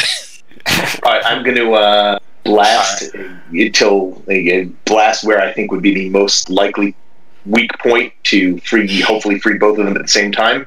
And after I do that, I'm to basically roll back around and out the door and try and duck behind the corner. Okay. Creative solution. Yeah, you blast the fan, And your calculations were right. You did hit it in the most vulnerable spot. And as a result, you know, the fan, the forces and the motor trying to turn, it's just too much, and it explodes in a mess of shrapnel. And I'm going to be nice and the guy who fell doesn't take any, but the guy who's levitating takes the whole blunt. Yeah. And you both take 10 points of damage just from various iron-related shrapnel flying through. But Helm, you're levitating. Azoth, you have fallen to the ground, and you have this big dent in your head.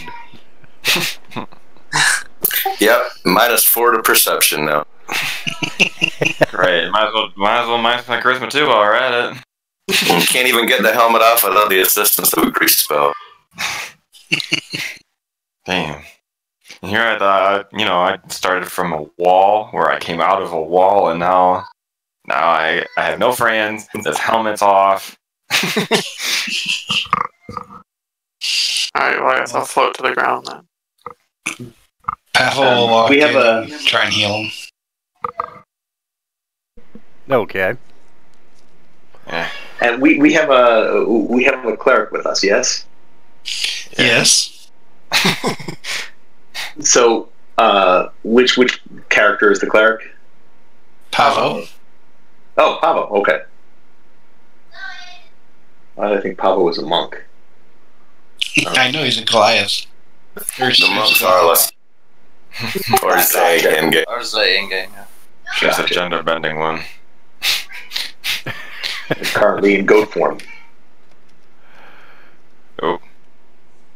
Yeah, the goat's the monk, and the she-male is the cleric. Sounds like I missed a hell of a campaign. A lot happened. Quite a lot. Okay, so both of you received some healing from Miss Pavel. Yes.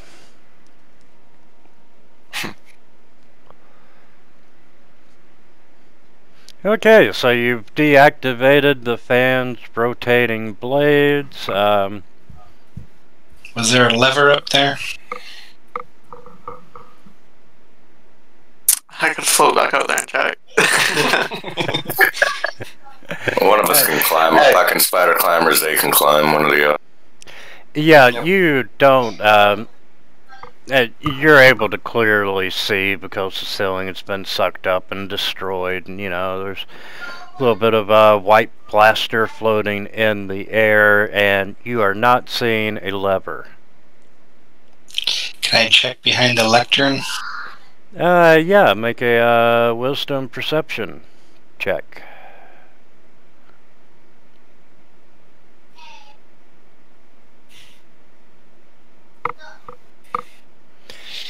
You do find what appears to be a secret compartment in the eastern leg of the lectern. Cool. I open it. Yeah. You're not able to open it.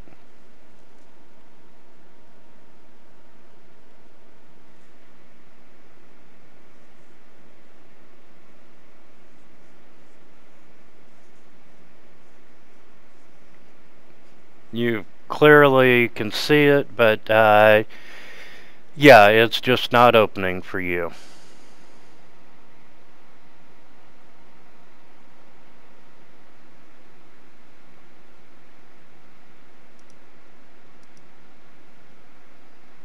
Can you hear me now?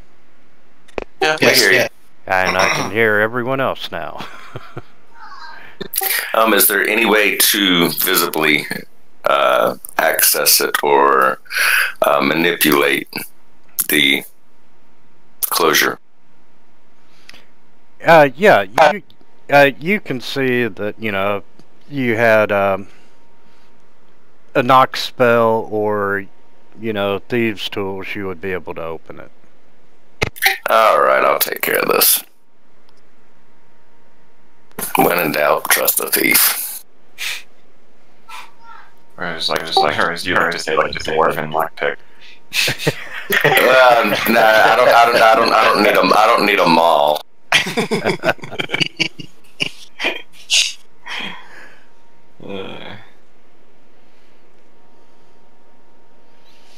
And you are able to successfully open the compartment, and inside of it you do see a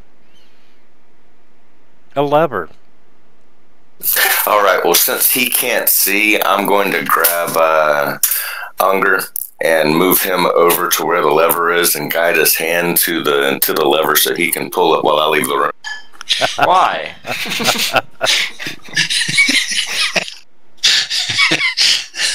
I guess it's your face. It's just like you're the tester.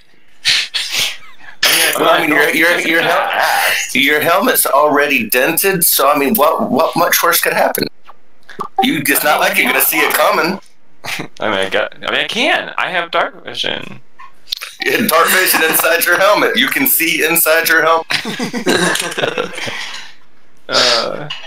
Yeah, I'll pull it. Okay, you pull the lever, and Marvin, you notice on the green door that the octagon-shaped keyhole does appear. Yay!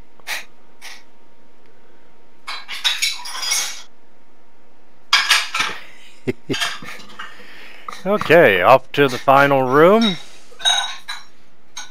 One thing I'd like to mention is that Levitate doesn't actually give Helm the ability to go up and down. I'm completely controlling him, so he's just floating with nothing else around him right now. Nice. You can just keep him like right at your back, floating a little bit above the ground, and it'll protect you from backstab. It works for me. I'll just grab his foot and drag him along behind me. You got your own personal paladin balloon.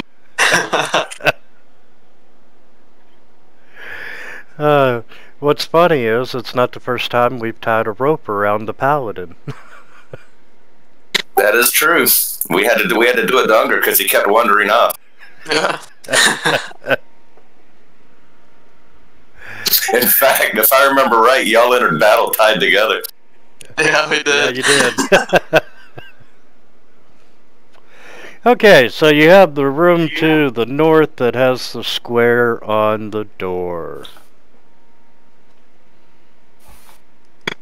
Alright, Ragman's feeling rambunctious. He's going to go in and check it out while actively looking for traps, even though no room has had a real trap yet, minus one that wedged our paladins.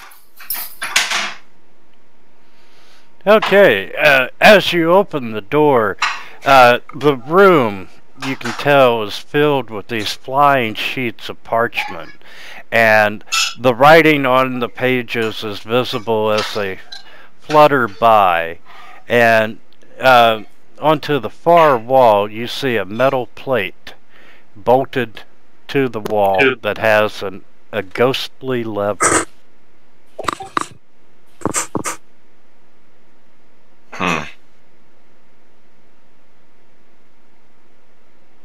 I was trying to remember the setup in Advanced Combat where you can increase the height of somebody as far as how high they're flying off the ground. I was going to put it on Billy.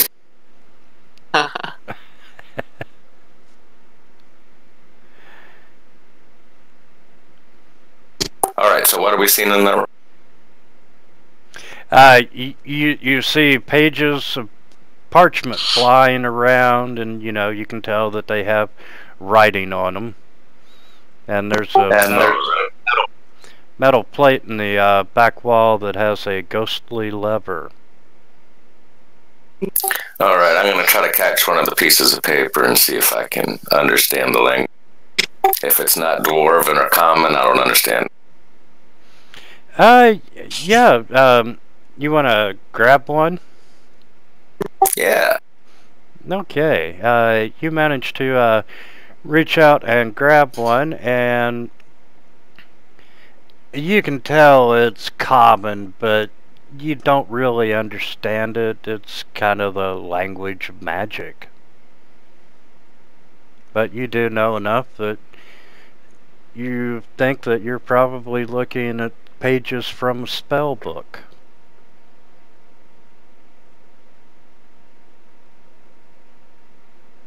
Could I give an Arcana check to see if I recognize it?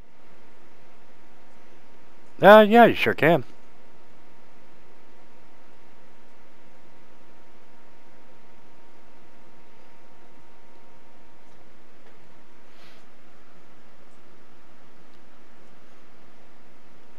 And being generic, you're able to determine that it is a 3rd level spell.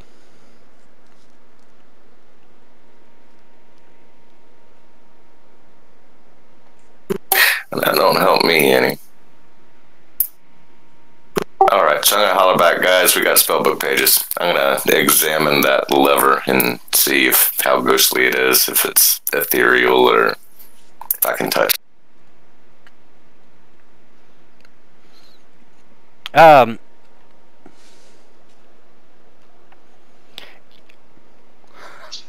Sorry, guys, I had to step away for half a sec. So I saw fluttering pages. Yes, they're spellbook pages. And here's a quantum physics question for somebody to see if they can answer this. If an item is ethereal and you turn yourself ethereal, can you then touch the ethereal item? I would assume if it's in the ethereal plane, I happen to be able to turn ethereal. Would you like me to try? Yeah, I think so. Yeah. All right. Actually, looking at the lever, you can tell that it's carved from bone, but it is insubstantial, and your hand will pass right through it. Well, that would make it ethereal. All right. Well, then I will attempt to use my gift from my straw new friend, and I will become ethereal, and I will see if I can touch the lever. Okay, yes, you are able to touch the lever. I'm going to mime not being strong enough to actually pull down the lever. And you're not able to pull down the lever. So I make a snapping... Oh, they can't see me. If I'm ethereal, can they see me, or am I just insubstantial, or am I completely invisible? I'm gonna say you're just insubstantial. Okay. I mime pulling down the lever and shake my head back and forth.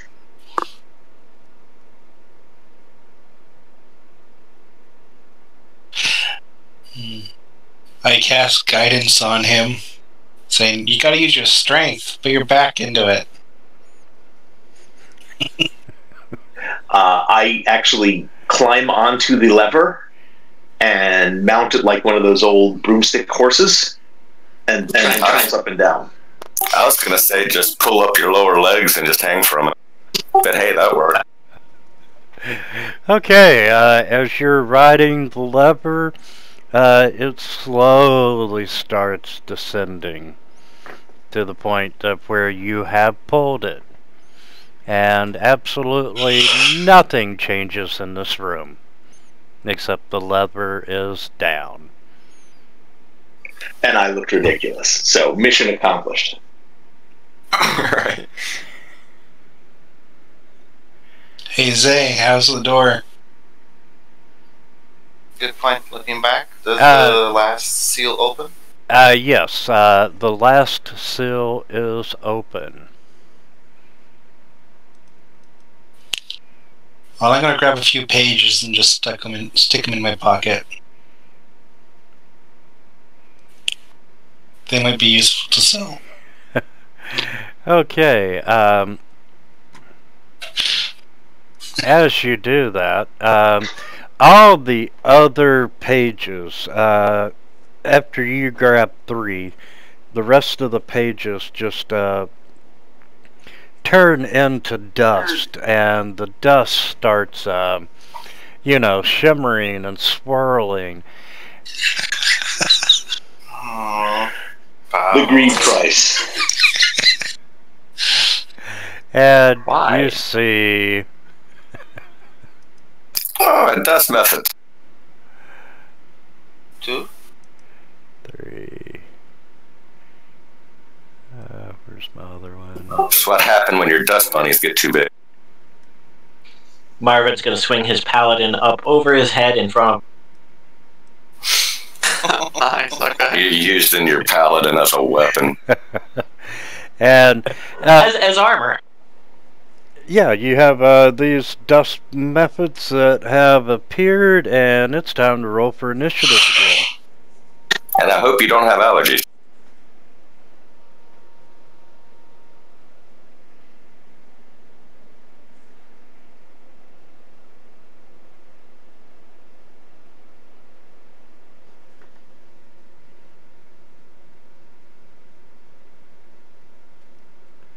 And Gallifrey, I need a net roll from you.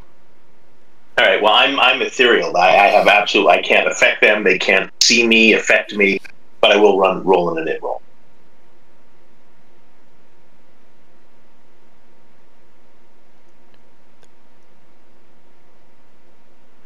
Okay, we've got everyone. And they actually get to go first for a change.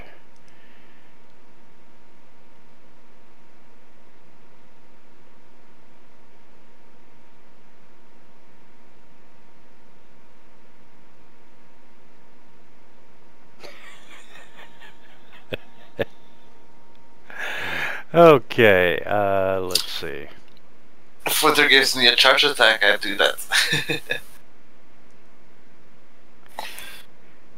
I would ask more for a donkey kick. Okay, the first one, it's going to...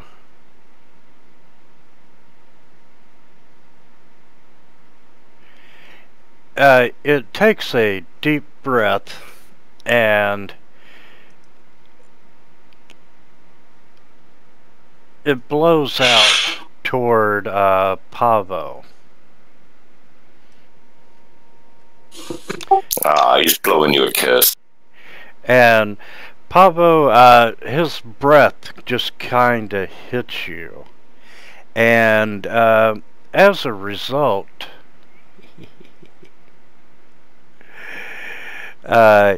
you have become blinded. Ah, my eyes! And then we're gonna Azoth. So if I go up behind this shimmering dust and kind of shimmy around it, so I can go on the left side, just kind of like grind on it and get around it like a creeper. Yeah, I'll let you do that.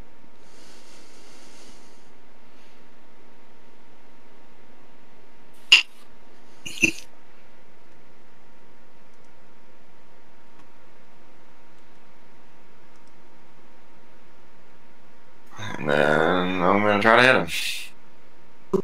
You're at advantage. Flank. That's right.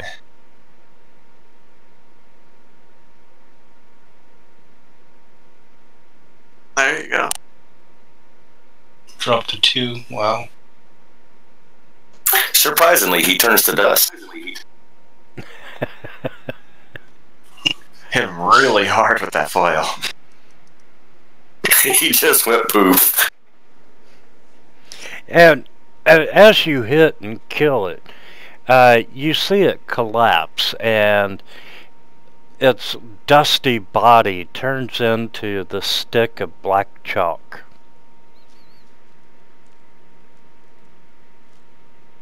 Okay. Alright, Cool. got pictures. Now we can vandalize the whole dungeon. Anything else you want to do? You got to move there, didn't you? Yeah, and then I'm gonna do one more hit, I guess.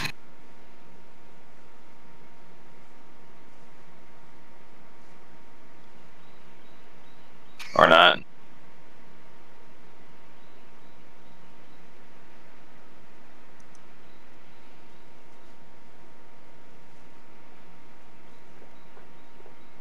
All right. Yeah.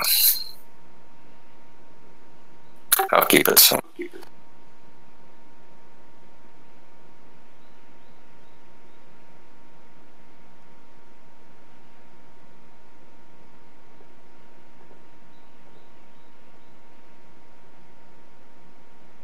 Sorry, just double checking that I upgraded things.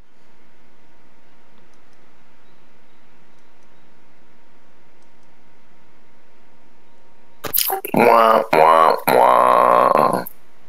I'll still try with my short sword. Yay! Probably won't damage him, but still, hey, whatever. You should, because my flail's not magical.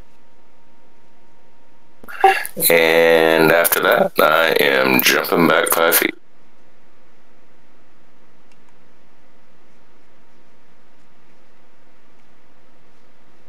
Okay, so am I still floating in the air, Marvin? Yes, but you're right next to a wall, which you can use to propel yourself forward. Ah, okay. Basically like being in 0G in Starfinder. Yeah. It's gonna be interesting. What's really interesting is when you knock yourself off kilter swinging your sword. Yeah. I'm not gonna do anything interesting. You know what you could do? You could push off of the wall with both feet really hard so you're flying straight at something with your sword straight out. And tackle. Made of dust. I can't tackle dust. Well, you wouldn't tackle, you would running through with your sword. Of course, then you would continue on until you went face plant right into the wall behind him, but still. Totally worth it. Oh yeah, just for the heroic aspect of it. I mean, how often can you do a flying sword? A flying, flaming sword at that. No, let's do it. Actually, when I realize that Helm is kind of looking confused, I'm going to drop concentration. Wouldn't the fire from his flaming sword cause him to float higher? Like a hot air balloon? Something needs to catch the air. So, Helm, you drop down about 5 feet. Okay. Aw, I wanted to see him do a flying, flaming sword. He didn't look like he was enjoying it. I wanted to see him try it, and then you drop concentration right into the middle. We can do it that way. Yeah, he's flying forward, he gets 3 squares, and then he just face plants into the ground. Alright, so I'll swing it. Dust method 8.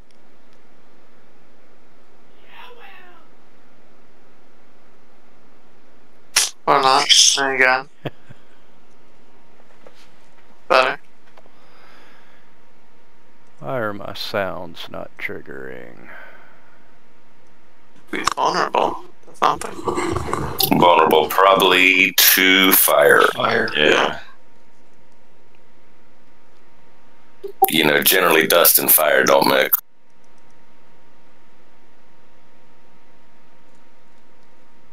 And did he turn into a piece of chalk as well when he died? Yes, he did. Excellent. More graffiti tools.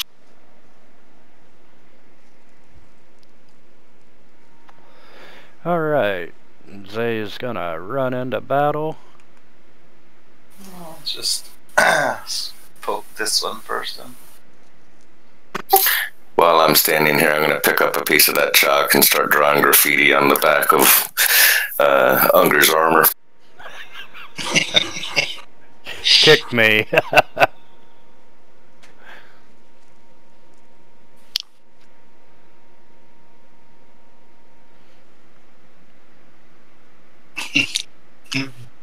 Roll a 1, still dying.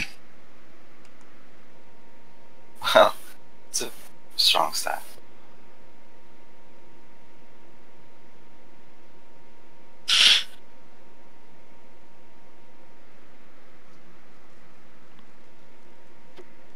Poof poof. There we go. Well, I feel great. I just get blinded and I don't do anything. Yeah, Pablo, you're still blind, unfortunately. How long does it last? 10 rounds. So, 1 minute. Okay, so you have defeated the 3 dust methods. Arliss, can I interject for a second? I got a question for you. Ships. Right now, would you be able to use Flurry of Blows if you had something you were going to hit? After doing what you just did. Technically not, I have, because I use my bonus action. I use either my bonus action to do a bonus attack, or... Yeah, that's okay. That's what I was thinking. I just wanted to be sure. Thanks, man. Like use of a key point to get an extra. It's either to replace your bonus action with a Fury of Blows, which gives you 2 attacks. Yeah, that's what I was thinking. I was just being sure on it. It's been a while since I played a monk, so...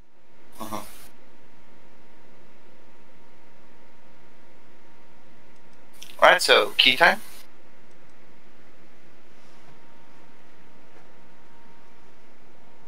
Okay, I'm gonna collect up all the chop. I'm gonna draw a funny looking mustache on my face. I'm gonna get the dust out of my eyes.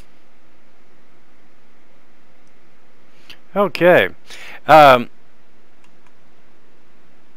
Zay, as you enter back into the main room, and, you know, Marvin's moving aside to let you go by, you see that you are no longer alone in the big chamber.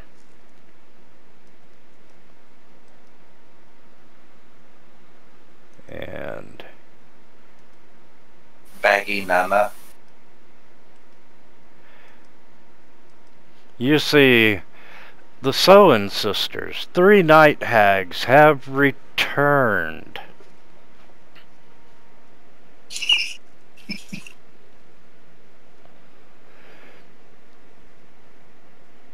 So if you I'm want so ethereal. if you want to call out a warning and then roll for initiative. See those ugly little fuckers. Oh, we're doing a new roll? Yeah, we can keep the same ones if you'd like, or... It would be a new battle. Yep, going last again. I like this +8 to initiative. Does make it nice. Is this from the swashbuckler guy? So, yeah, I got a 18 dexterity and I get rakish, what's it called? Rakish audacity from Swashbuckler, which adds in my proficiency bonus. Or no, excuse me, it adds in my charisma bonus. I get an 18 charisma as well. Hell, I'm more of a paladin than Unger. Yeah. Listen, anybody is more of a paladin than me at this point. Oh, I have a -1. How tall is this room we're in? I know the balcony is up 10 feet. Yeah, from the floor, you're probably 20 foot tall. And Vaggy Nana,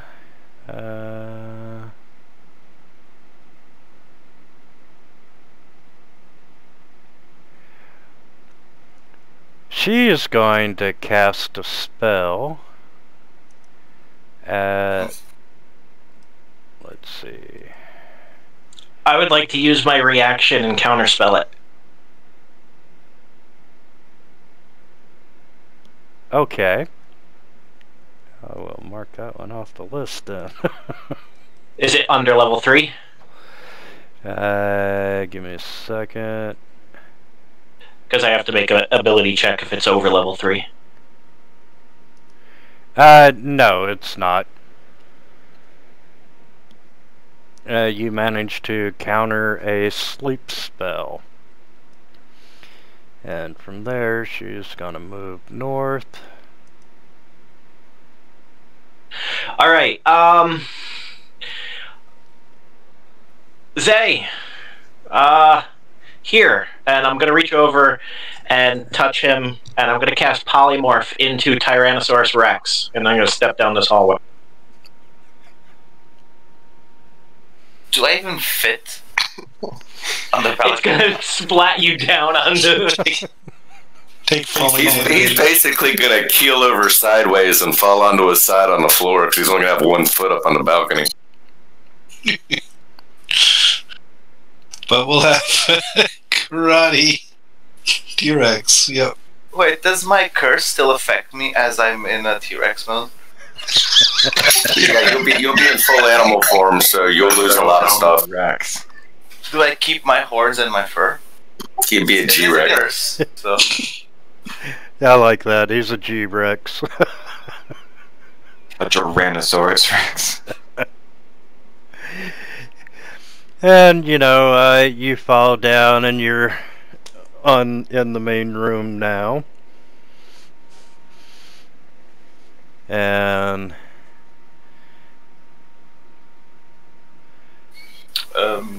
should I add bonus temporary hit points to myself to represent?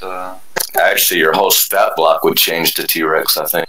Yeah, everything does. I generally, as a DM, I pull it out of the dungeon or monster manual and give control. yeah, I just completely replaced my token. Yeah, just hide his token and put a secondary token on or something like that. I hope you don't mind that I did that to you. I know it changes your character up, but I couldn't think of anything better to do. I mean, it's a little late. You already kind of did it, so. Well, You can- I can you always can- resist it. Yeah, if you wanted to resist it, you can. It could have been worse. You could have turned him into a grown. Well, worst case, it gives me extra hit points while everyone else gets out here. and As he's face first on the ground. add his token. There's my T-Rex. Bonus points if it's of the zombie spitting variety. Unfortunately, it's not. What a cool Misty Step one. That shoots beams.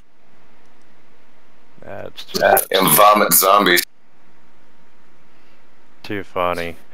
Wait, does Beldrak. my entire stat block change? Like intelligence Yeah. and all that? Yep, Yeah, intelligence as well. Can we change one of his arms to an ivory back scratcher? Chop it off. And let's see, we are.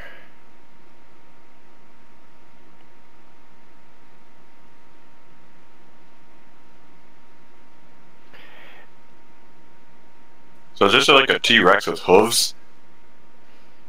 And horns. And covered in goat fur. Let's see.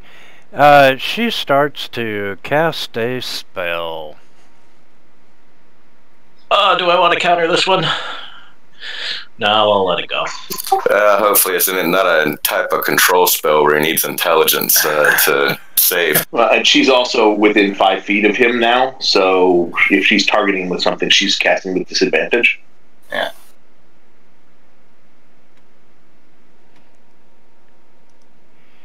And let's see.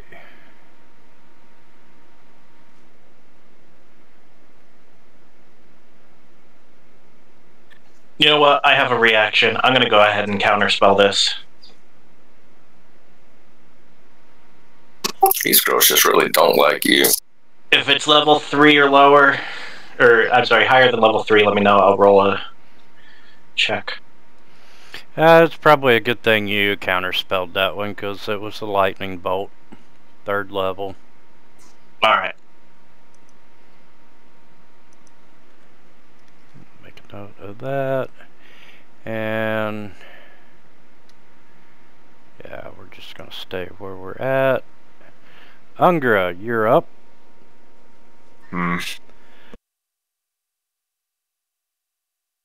The T-Rex is on our side.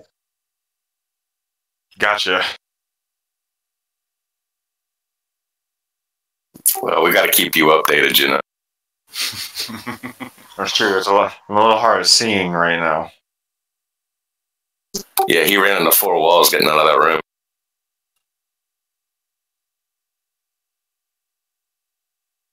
Ooh, I know what I want to do. It's something I've always wanted to do. I'm going to ride a T-Rex in the battle.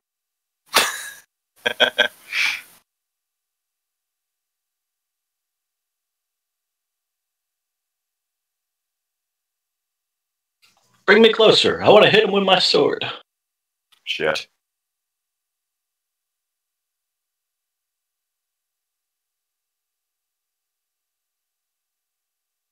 So I wonder who these night hags married to all have different last names if they're sisters.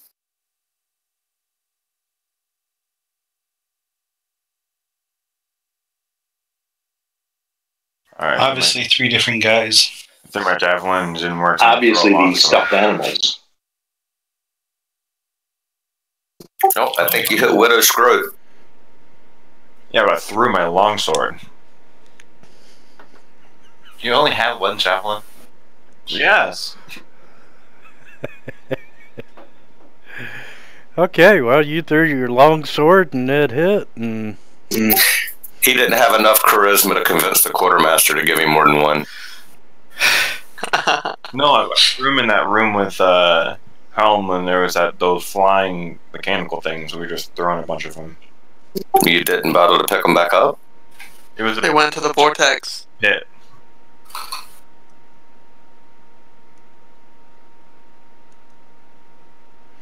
okay, and the prisoner ain't doing nothing. Rags, you're up. Oh, what to do. These ladies seem to be of a higher classification. So as for my bonus action to begin with, I am going to cast Shadow Blade on myself, and a shadowy blade forms in my offhand. Now, what's the lighting like in that room? It's lit. It's bright or dim, or... Bright. Okay, I just wanted to be sure.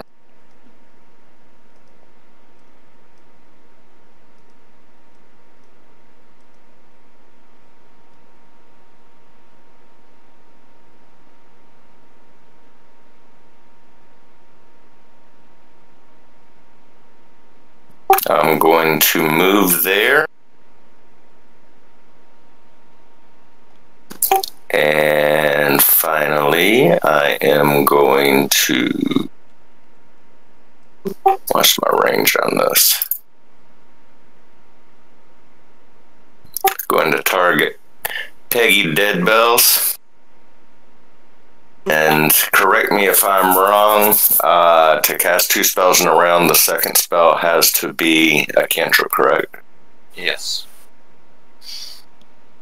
Just let me make sure this isn't a bonus action to cast. I do not believe it is. No, it's an action, good. Okay, and I extend my right hand, and a gigantic puff of noxious fumes flies forward towards Peggy Bells.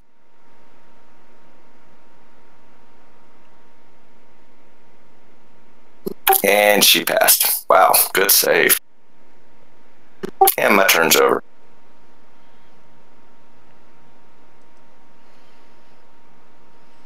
Okay. Ooh, it's me. Let's see.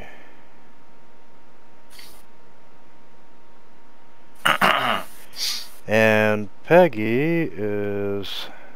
Ready first. Yeah, she's a little upset that you just, Farted on her. yeah, pretty much. And she begins to cast a spell.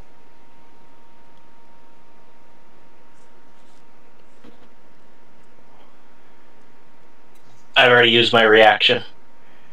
And Ragman, you see I'm in the ethereal plane, so I can't counterspell it. And let's see.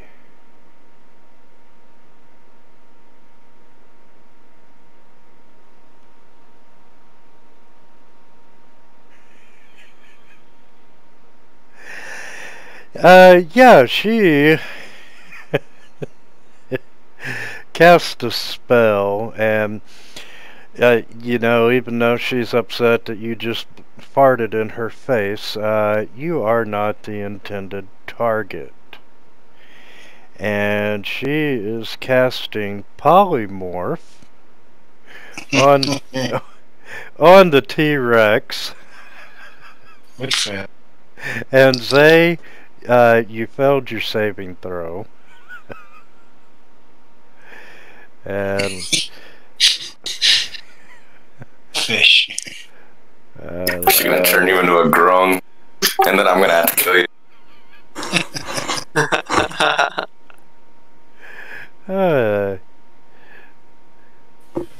Is the inspiration just for attack rolls, or can I use it as well on saves? It can be used on anything. Yeah, I'll give you another save on that. And that is my inspiration. And didn't do you any good.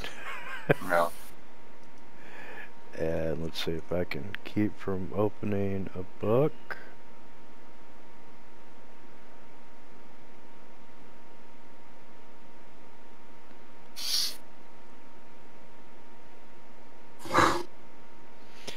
Okay, yep. And I love it. I'm gonna take Rag's advice, and the T-Rex polymorphs into a baby grung. That's a beast. And he would have a net of 12.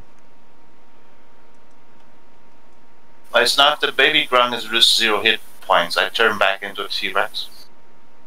Or into myself. This is getting very confusing.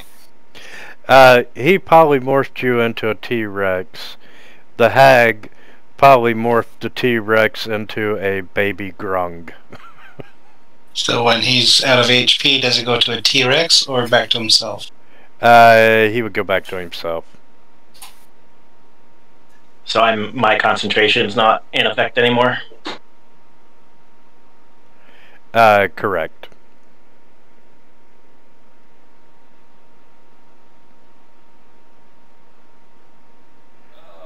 And then she. Oh wait, doesn't polymorph have to be a beast? Yeah, that was what I was looking at. I was just joking around. I didn't know if a grung was a beast or not. They look humanoidish. Ish. Yeah. So let's see. It's got to be a beast, huh? Yeah. Sorry, I didn't want to interrupt your fun. That's okay. Suggestions. Frog. I'm supposed to turtle. Yeah, he would still say riba. Okay, so instead of a baby grung, he becomes a frog. I was thinking goat. Yeah. I was thinking goat as well. The transformation complete. I was expecting goat, to be honest. Well, you get your charge attack. Yeah, we can do that instead.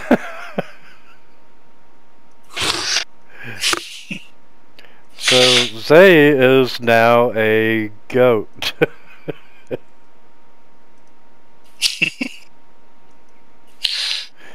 All I can imagine is that scene from Willow. Yeah. And she moves back, and Zay. Should you say goat? Alright, she moves back. Then I'll run all the way here. I'm gonna say charge a wall at full speed. You should be able to take out those hit points. Did she? I'm assuming Widow didn't swing on me. And, you know, we can count that as a charge. Yeah, that was my point. And put that on you. I still need to hit. And then we will try and ram. And you missed. Dang it. Oh well. Should be Helm next. Helm, you're up. You're up. Alright.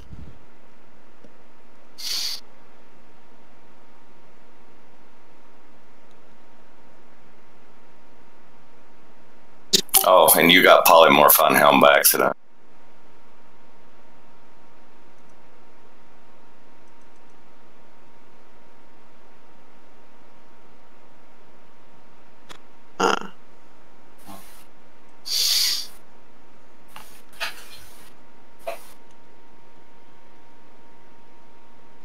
I did not think about that. Okay. So I will move here.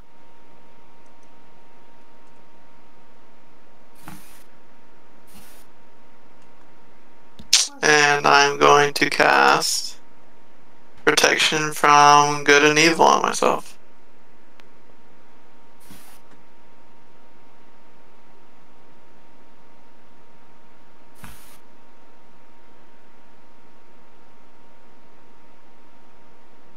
And that's all I can really do. That's an action to cast. So, that's my turn. Okay. Alright.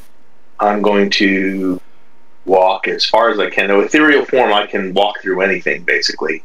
I can't be seen. It's like Frodo putting the ring on in The Lord of the Rings. I see 60 feet around me in a kind of gray whatever. I can't interact with anything. I can walk through anything up or down. And I can't be seen or interacted with. So I'm going to take my actions to here,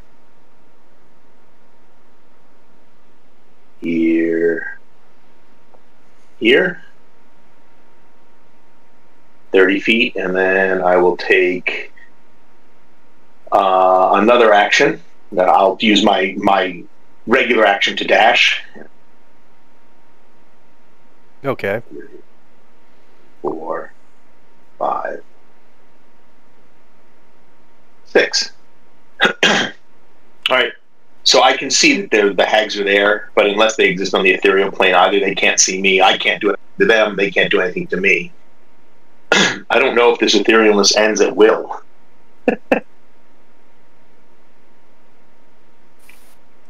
Do I have any indication if I can just choose to return and end that spell? Or end that effect? Yeah, we'll deal with that. Okay, well, I'm not going to do it this turn because I'm out of actions, so done for the turn. Okay, Pavo, you're alone in the dark. Blinded still. So Marvin's still in the hallway, eh? Alright, I'm gonna stumble my way out past Marvin. And cast Psionic Assault on the closest one I can see.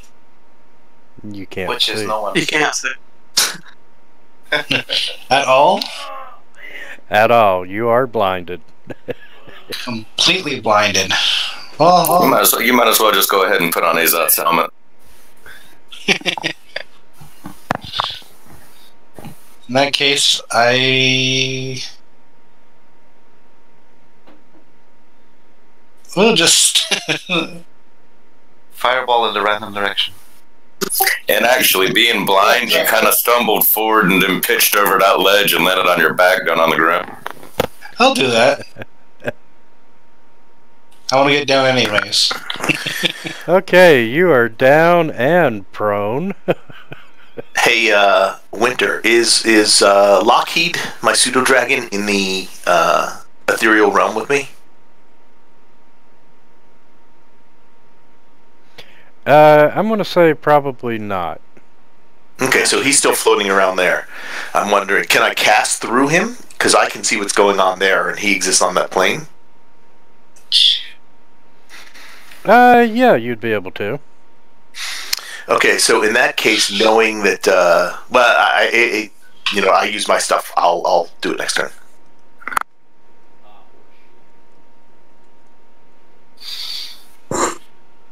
And let's see. Baggy Nana.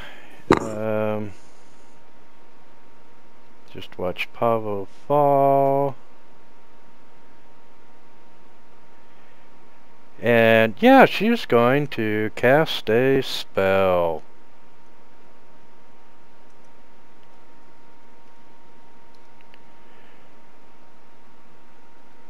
You have me as poisoned, not prone. Oh, sorry. Did I land on something?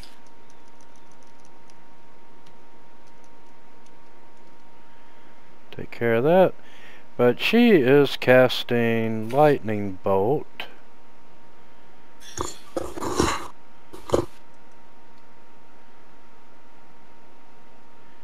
And damn it.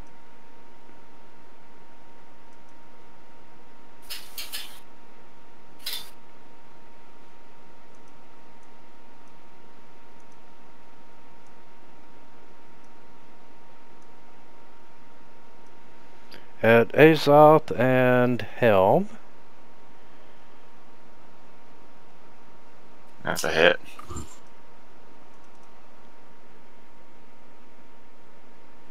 And Helm fails the saving throw. Azoth surprisingly succeeds. Who is casting that spell? Oh, never mind. I see. Yeah, it was Baggy Nana.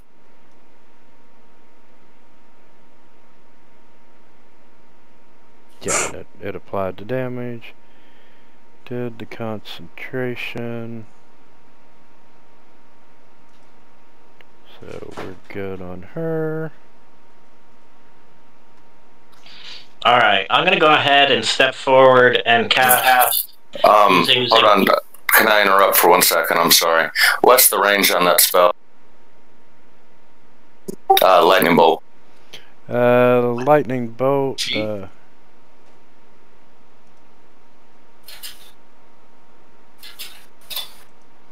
Lightning bolt is self in 100-foot line.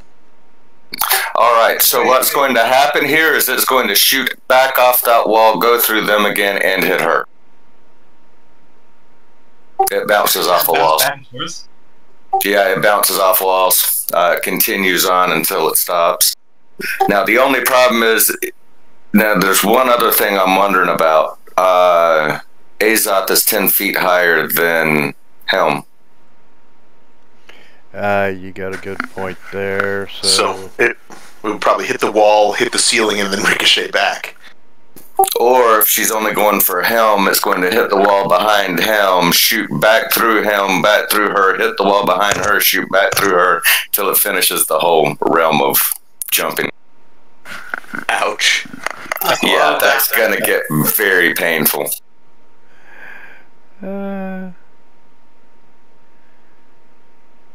Helm's going to get hit 4 times. She's going to get hit 3. Yep, 4 and 3. Would that be a different saving throw every time? Every time. For the horde. So. Well, if I fail every single time, I'll go down. To negate Azoth's damage. So Helm would get hit 3 more times. 3 more times, and she would get hit 3 times.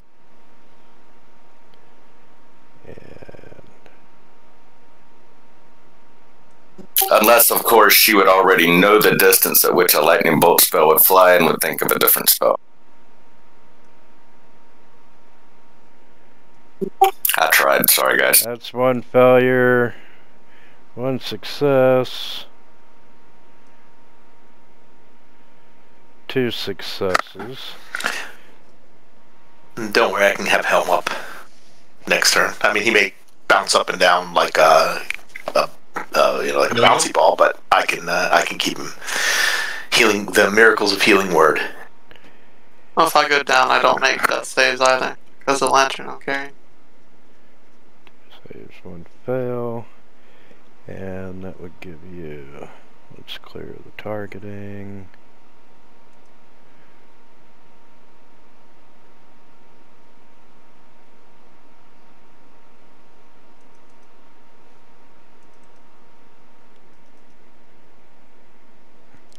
So you would take, I'll even be nice and apply the least amount of damage as full. And then you get 2 half damages. And then she needs to make 3 saving throws.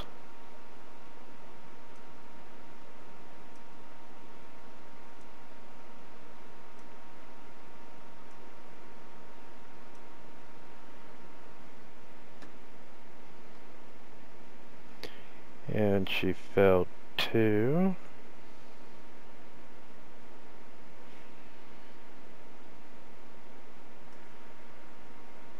So we'll give that one to her.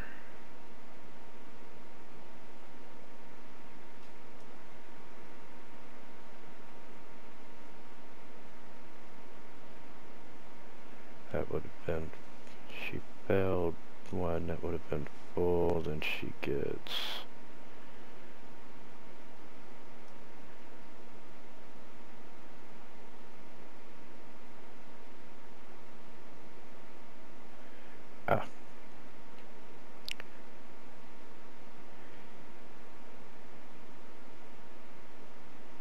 yeah, applied 1, applied to 12, need to apply the 17, and then she would get 23 is full.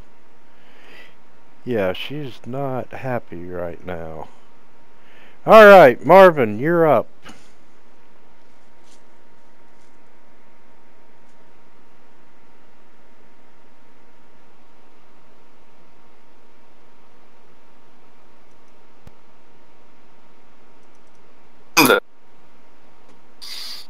And this is coming out of the loot.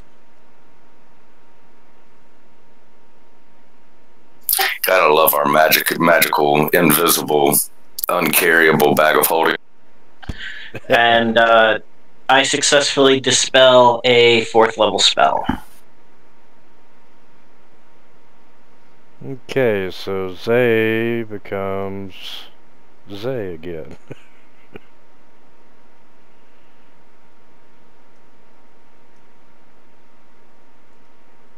They may have some intestinal issues after all this polymorphing. And identity issues. It's a good thing you didn't eat anything strange while in one of those 2 forms. Turn never came up. I was planning to bite Baggy Nana and grab power for her. You know, wholly swallow a night hag and then get turned back to normal the next round. And Azoth, go help the goat man as I give you an inspiration. Oh, word?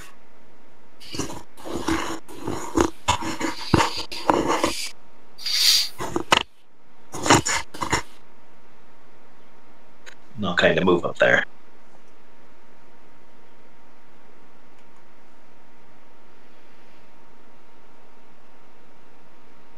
Marvin's just sitting back watching the battle, playing his lute. Hey, I've stopped them. I've used a lot of resources this battle. I just want to say that. I'm just giving you a hard time, man. I know, but yeah, I'm just watching with the loot. Okay.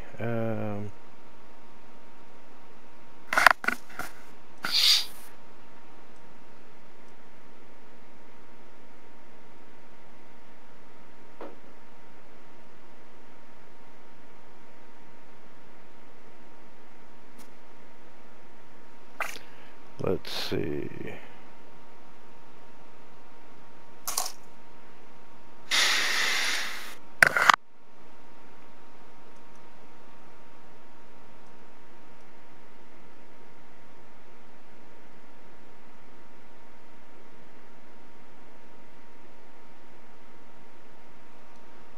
Well,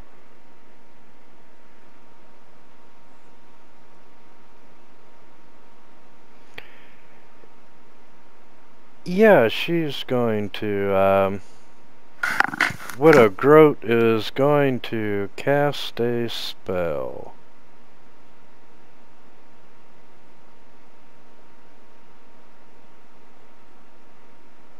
And we're going to try hold person at helm. That will be a disadvantage, will it not? Save, it doesn't matter.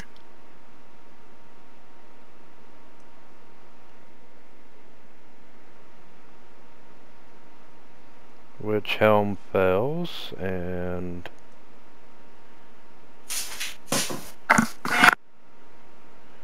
boom boom, you are now paralyzed.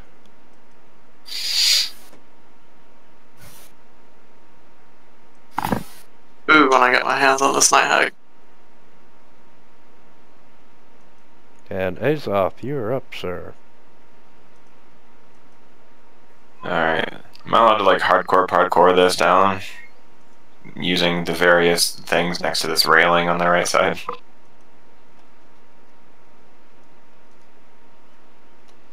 Yeah, make a dexterity check for parkour. Good enough. Trip.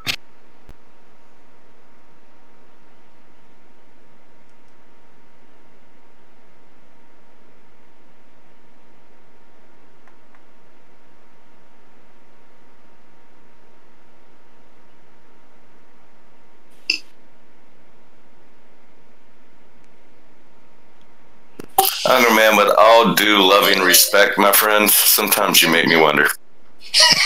You know, I really tried my best. You could have used your inspiration die.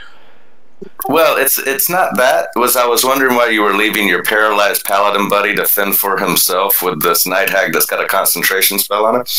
I don't know. To run down to help out perfectly normal Zay. But it's alright, I'll take care of it. You're right. Alright, first off, I am going to look at the Widow Groat. And I'm going to curse her. Love Hexblades.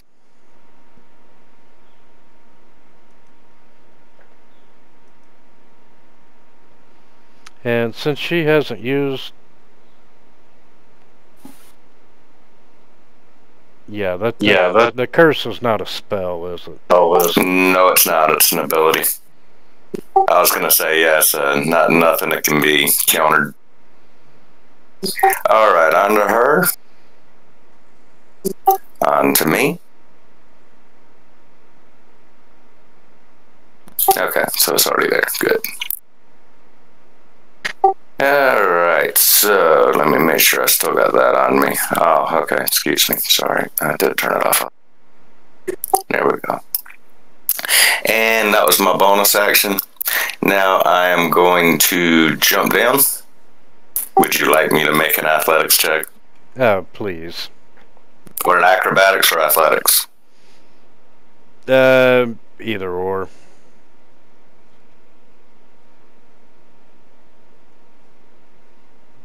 Alright, so I do a double flip and a cartwheel and land in front of her. And I am going to swing at her with my offhand and drastically miss. So I'll jump back.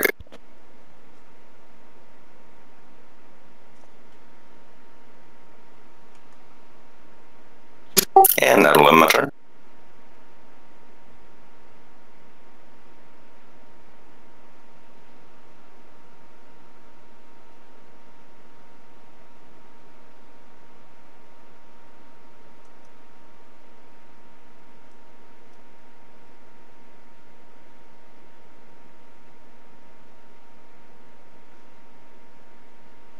Okay, Peggy.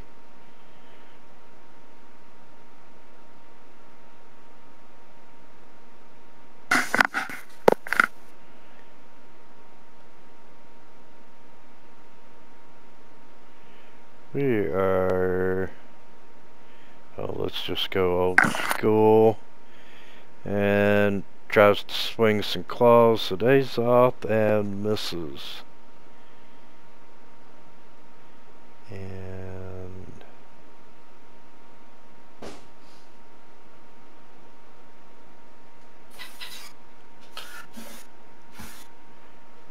And yeah, we're just gonna go with that. Alright. I'm gonna risk a opportunity attack to try and help Helm.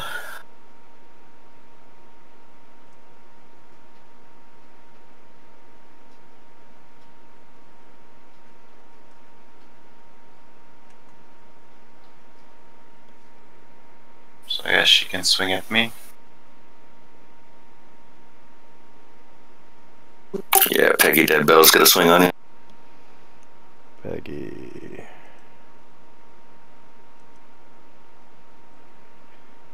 Man, their combat tracker entries are huge. Yeah, they got the Night Hags have a lot of stuff they can do. There's my claws, and it's a... Nope. Alright, let's find it. Well, I'll start by swinging my staff. Considering Helm is paralyzed, I guess I don't get the advantage. Or the flanking. Right. I'll just swing my staff normally and miss normally. I'll swing it again. Hit this time. And I'll attempt a stunning strike. Let me just check if my 3. Oh yes. Oh, sorry, forgot to update this. The save should be different. Wait, no, the saves are usually 8 plus whatever proficiency plus whatever save, right? So it should update automatically, I guess. Yes, it should, because it should update with your proficiency. Yeah, okay, makes sense. 15. So I just have to click this save button while targeting. Yep, just click the save. And she passed. She passed. Well, she still has to do a con save, I guess. Or I should be automatic, I guess, when I roll my die. Yeah. Damage. Nice. And she's back. Hey, there we go. Guess who's back? Oh, not back yet. Well, she automatically dropped concentration, I think. So I'll flurry. Now I do have advantage since you're no longer paralyzed. So I'll punch once. That hits.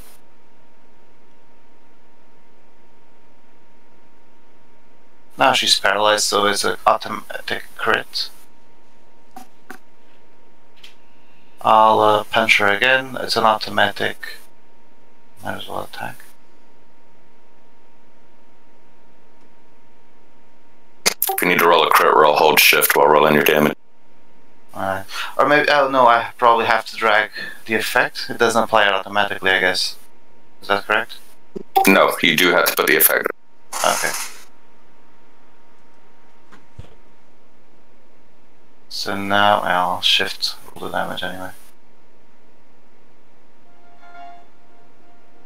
There we go. That's it. Well, she's paralyzed, so I'll walk down here. And my turn. It's about to get ugly. Alright. Well, I still need a little bit of time.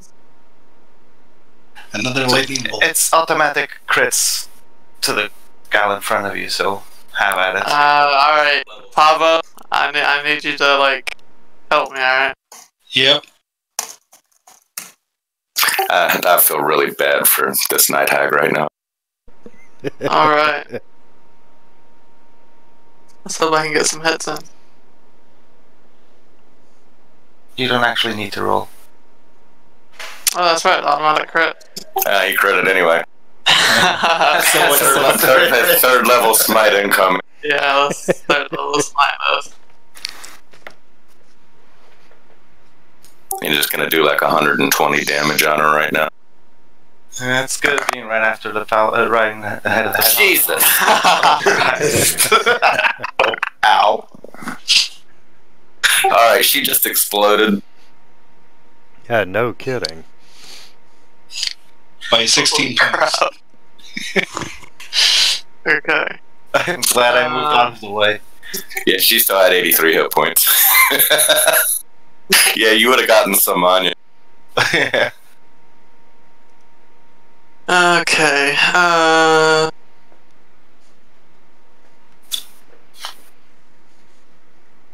I'm going to... Think you better check your sword if it got bent.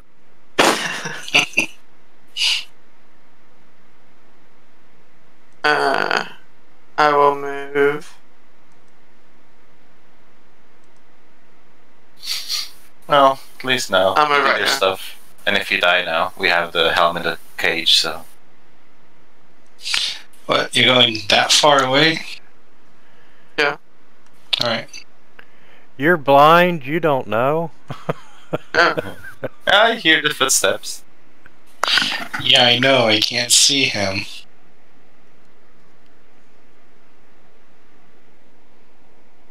That's alright.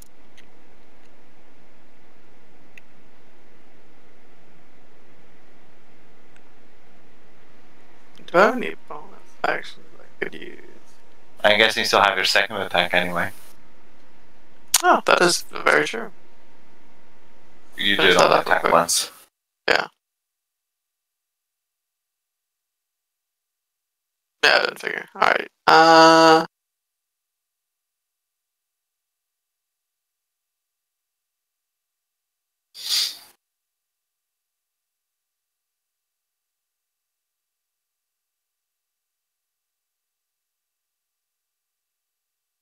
Alright, I'm gonna use Shield of Faith.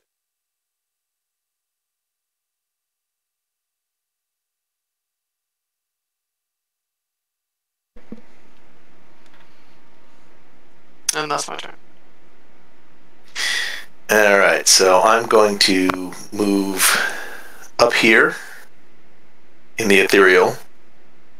I'm going to command Lockheed to fly over and land on Helm. And I am going to cast Cure Wounds at 4th level on him.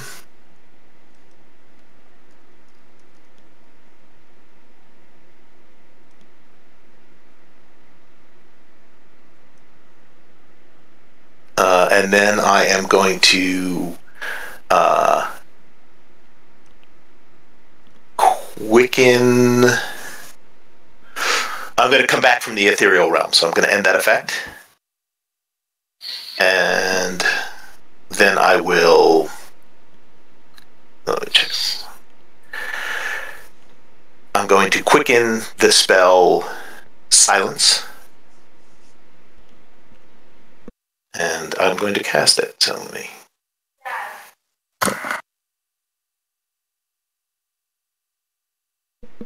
Alright. So let me put that effect on myself.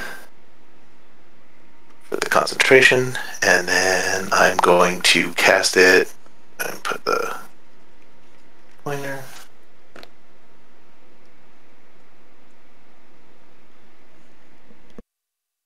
20 feet, right? I can't see because I put it right over what's her face. Ah, there we go. 15, 20 feet, and I'm not putting it right over her. I had to put it right there.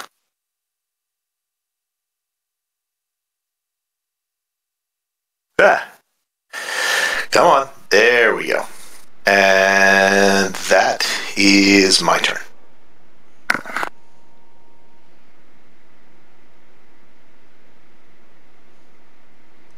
Okay, Blonde Pavo. Would I know where Helm is to cast Preserve Life?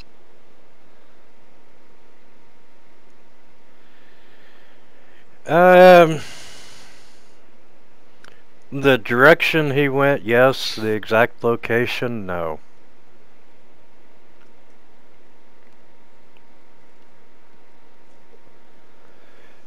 Tell you what, call it low. I call low. And 57 is high, so no, you do not. Especially since there's a bubble of silence now, so you can actually not even hear inside it. I'm gonna cast Lesser Restoration on myself just so I can see.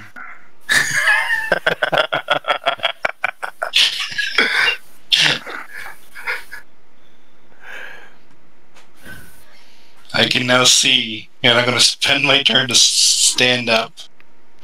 I'll just stay in this corner, I guess. Okay, you See can a pile of see hag and standing. Just gonna crawl after him, but oh well.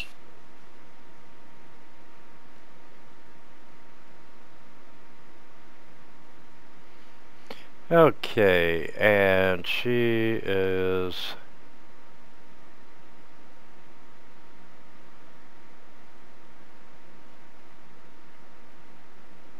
going to cast a spell.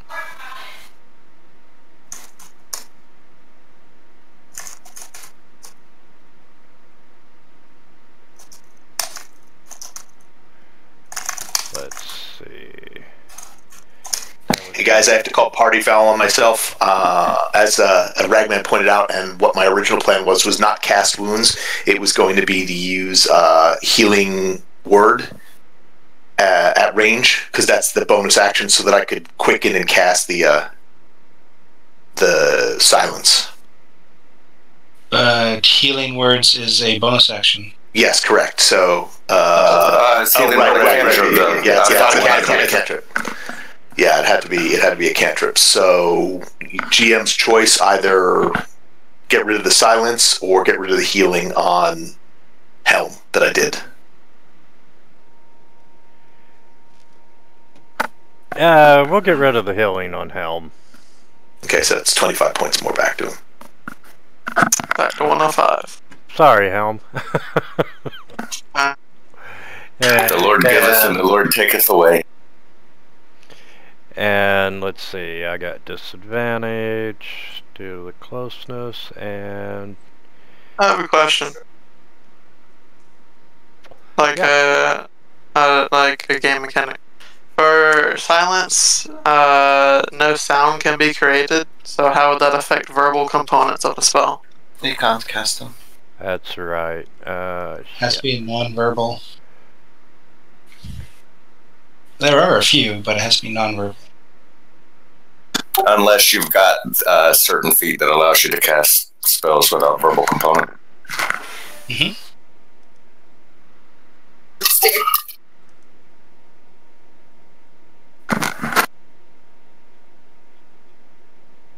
And let's see. No material.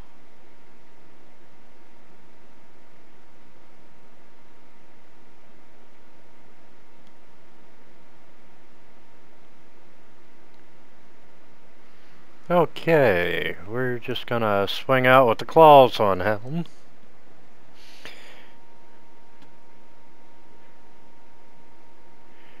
And and that shouldn't have been at disadvantage. Doesn't matter, because neither one of them would have hit.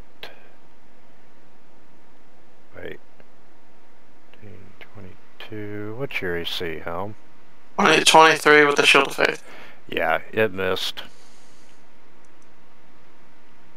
Alright. Looks like Marvin's moving down. Yep.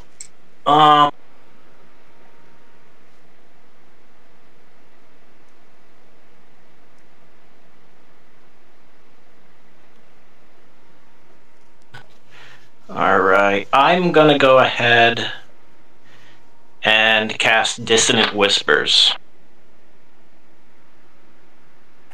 Does a psychic whisper that she has to save. Which she did.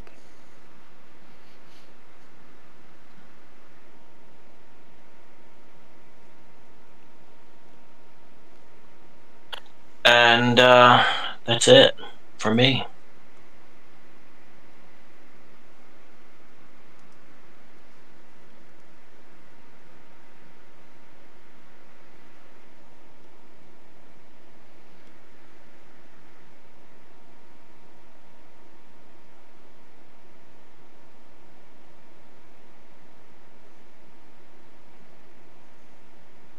Ooh, Unger's got his game face on tonight.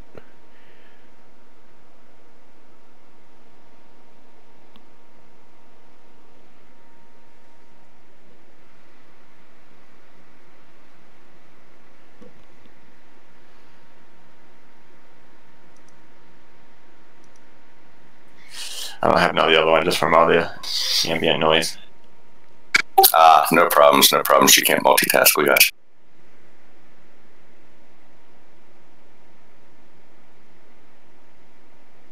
If I was you, I'd start pulling out that one magical weapon you're supposed to be carrying.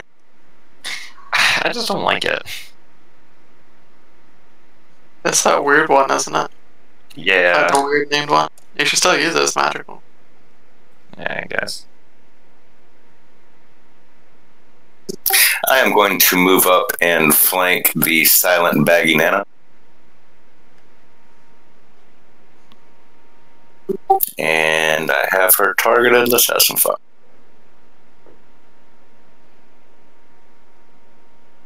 I swing with my rapier. I hit.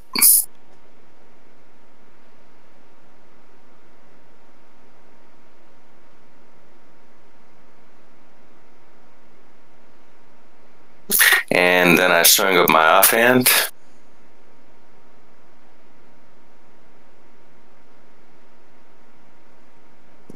I hit again.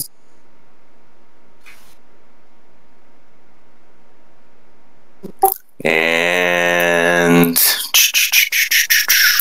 I'll step back.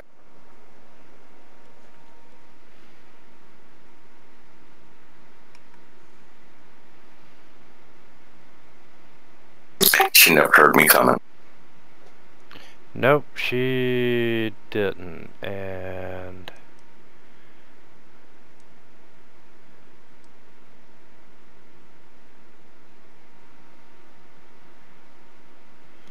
yeah, she's kind of screwed.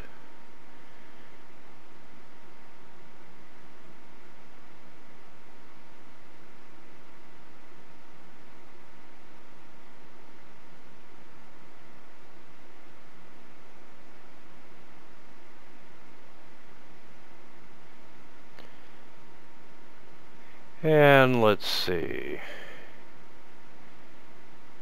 She's going to cast a hold person spell. Silence bubble. That's Is it, right. Damn it, damn it, damn it.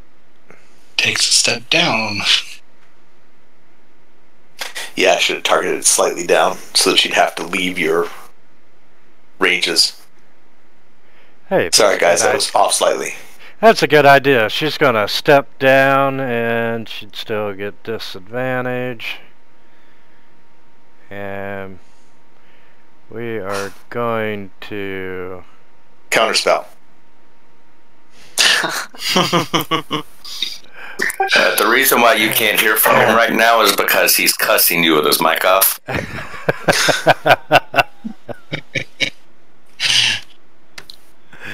Okay, yeah, there went that perfectly good spell. Alright. I'll move down a bit.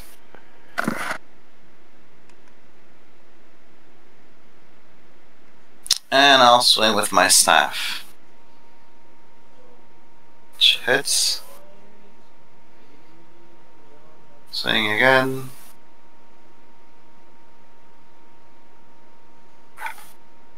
Two and a 4, seriously.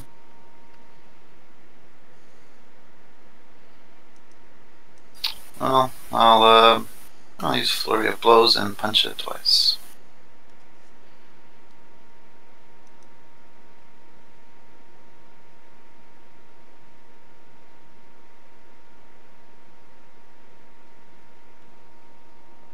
Alright, it's hurting. And that's my turn.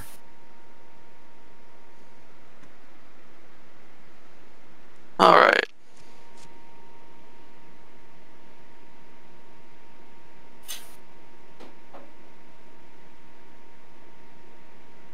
Let's continue beating on Baggy Nana. Can't believe you'd beat your Nana. She ain't my Nana. She's someone's Nana. Yeah, but she's all baggy. I'm a second level Divine Smite that.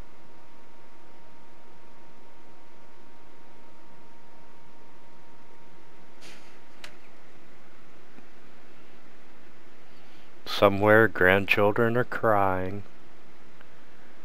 Yep. Well, it's just those 3 little dolls. We just got to start getting our other paladin to start using some divine smites.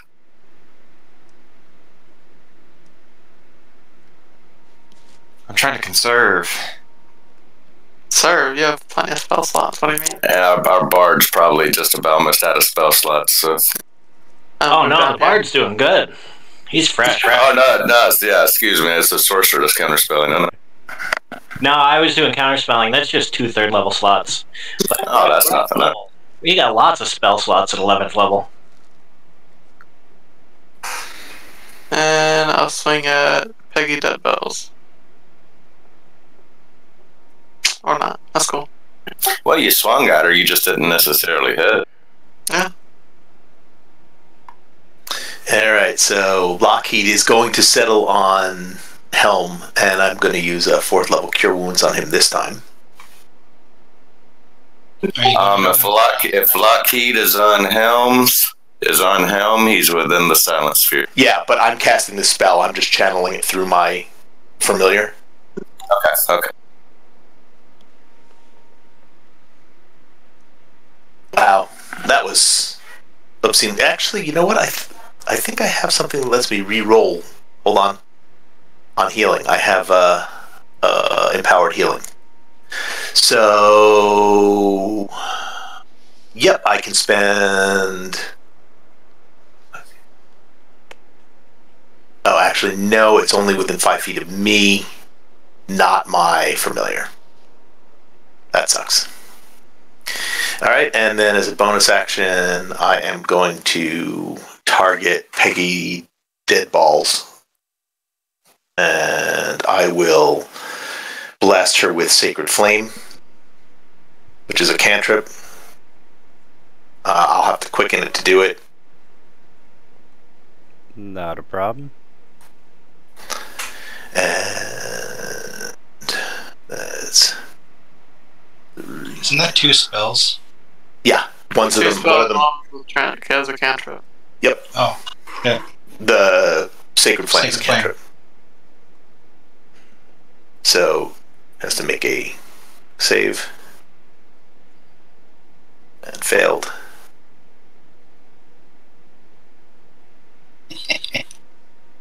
Okay, that's my turn.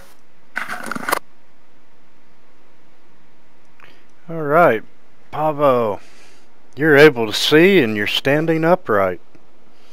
Excellent. And is that silent spell still there? Yes, but you're not in it. So. Well, in that case, I do some fancy parkour and I stand on the table.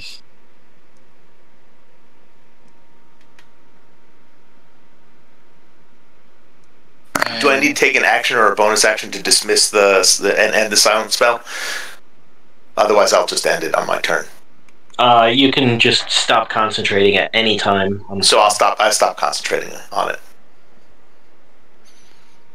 Okay. All right. So silence is gone. Since Winter didn't ask me to make a roll, I'm just going to stay here. And I'm going to hit Helm with Preserve Life, the whole 55 points.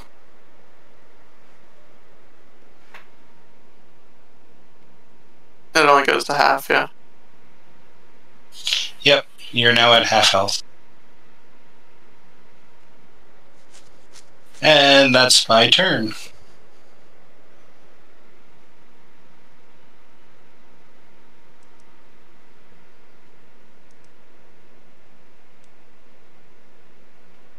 Go move down the stairs slightly. Okay. Your splatted sister over there definitely looks prettier than you, as I cast a vicious mockery.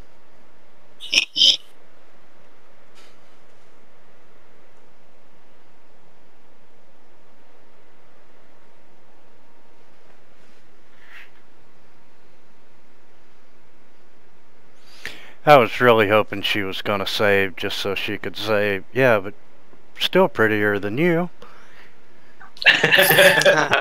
Angra. I got it.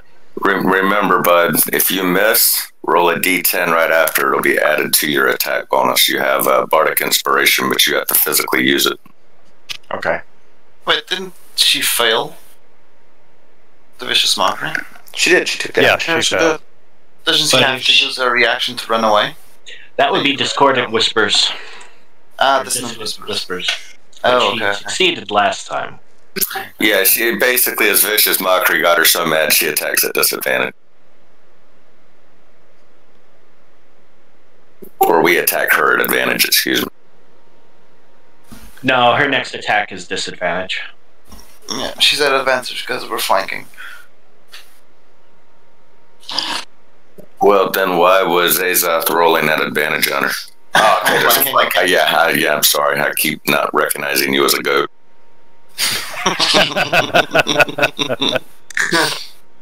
You're not the only one. All right, and There you go. the third hag drops to the ground, and all of you all that are carrying the little children's dolls, you know, the dolls are very happy, and they're glad that their creators are dead. And And then gentlemen, life linking them to the hags, and they fall lifeless at your feet. What?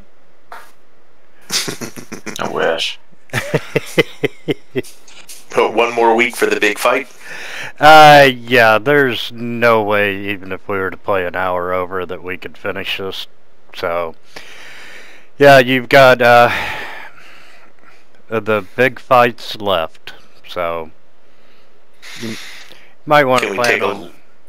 a long rest in here for the week? Let me think about that in between sessions. A long rest? Oh, that'd be great. I'll be just as good with a short rest, so I'll get all my spells back. Yeah, same. I'm at about half slots left, and I'm almost out of sorcery points. Yeah, I've used about a third of my slots. So, but Well, I tell you what, you all snuck in one of the little side rooms. The new people wouldn't know. There hasn't been a whole lot of opportunity since you've entered the Tomb of Nine Gods to have overnight rest.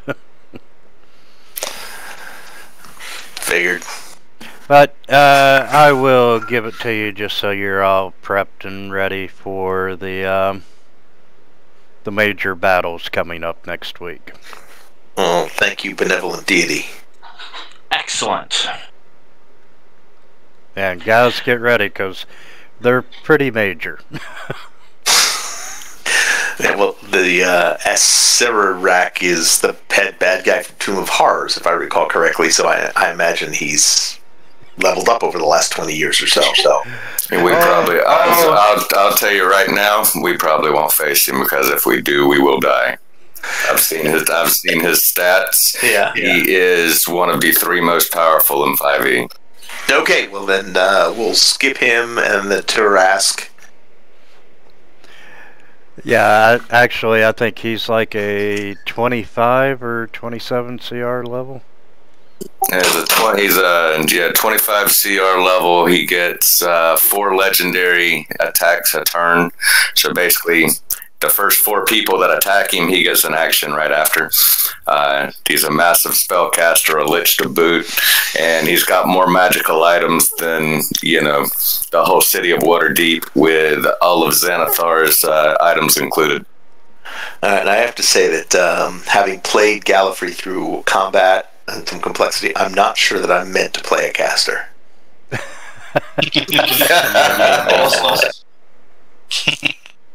So, this is causing me to rethink a little bit about the next campaign character.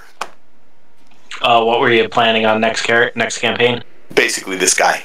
The reason I made him for this was take him for a test drive and see how it went. What's throwing you out? I don't like the restricted spell slots concept. I mean, I almost always play a fighter or a melee character. So I may have to quit doing cutesy and maybe I'll just go with a life cleric or something. Well, I mean, my character can basically cover, depending on which direction I go with subclass, I can go and cover anything that we're short. So if you go off a caster, I can go more range.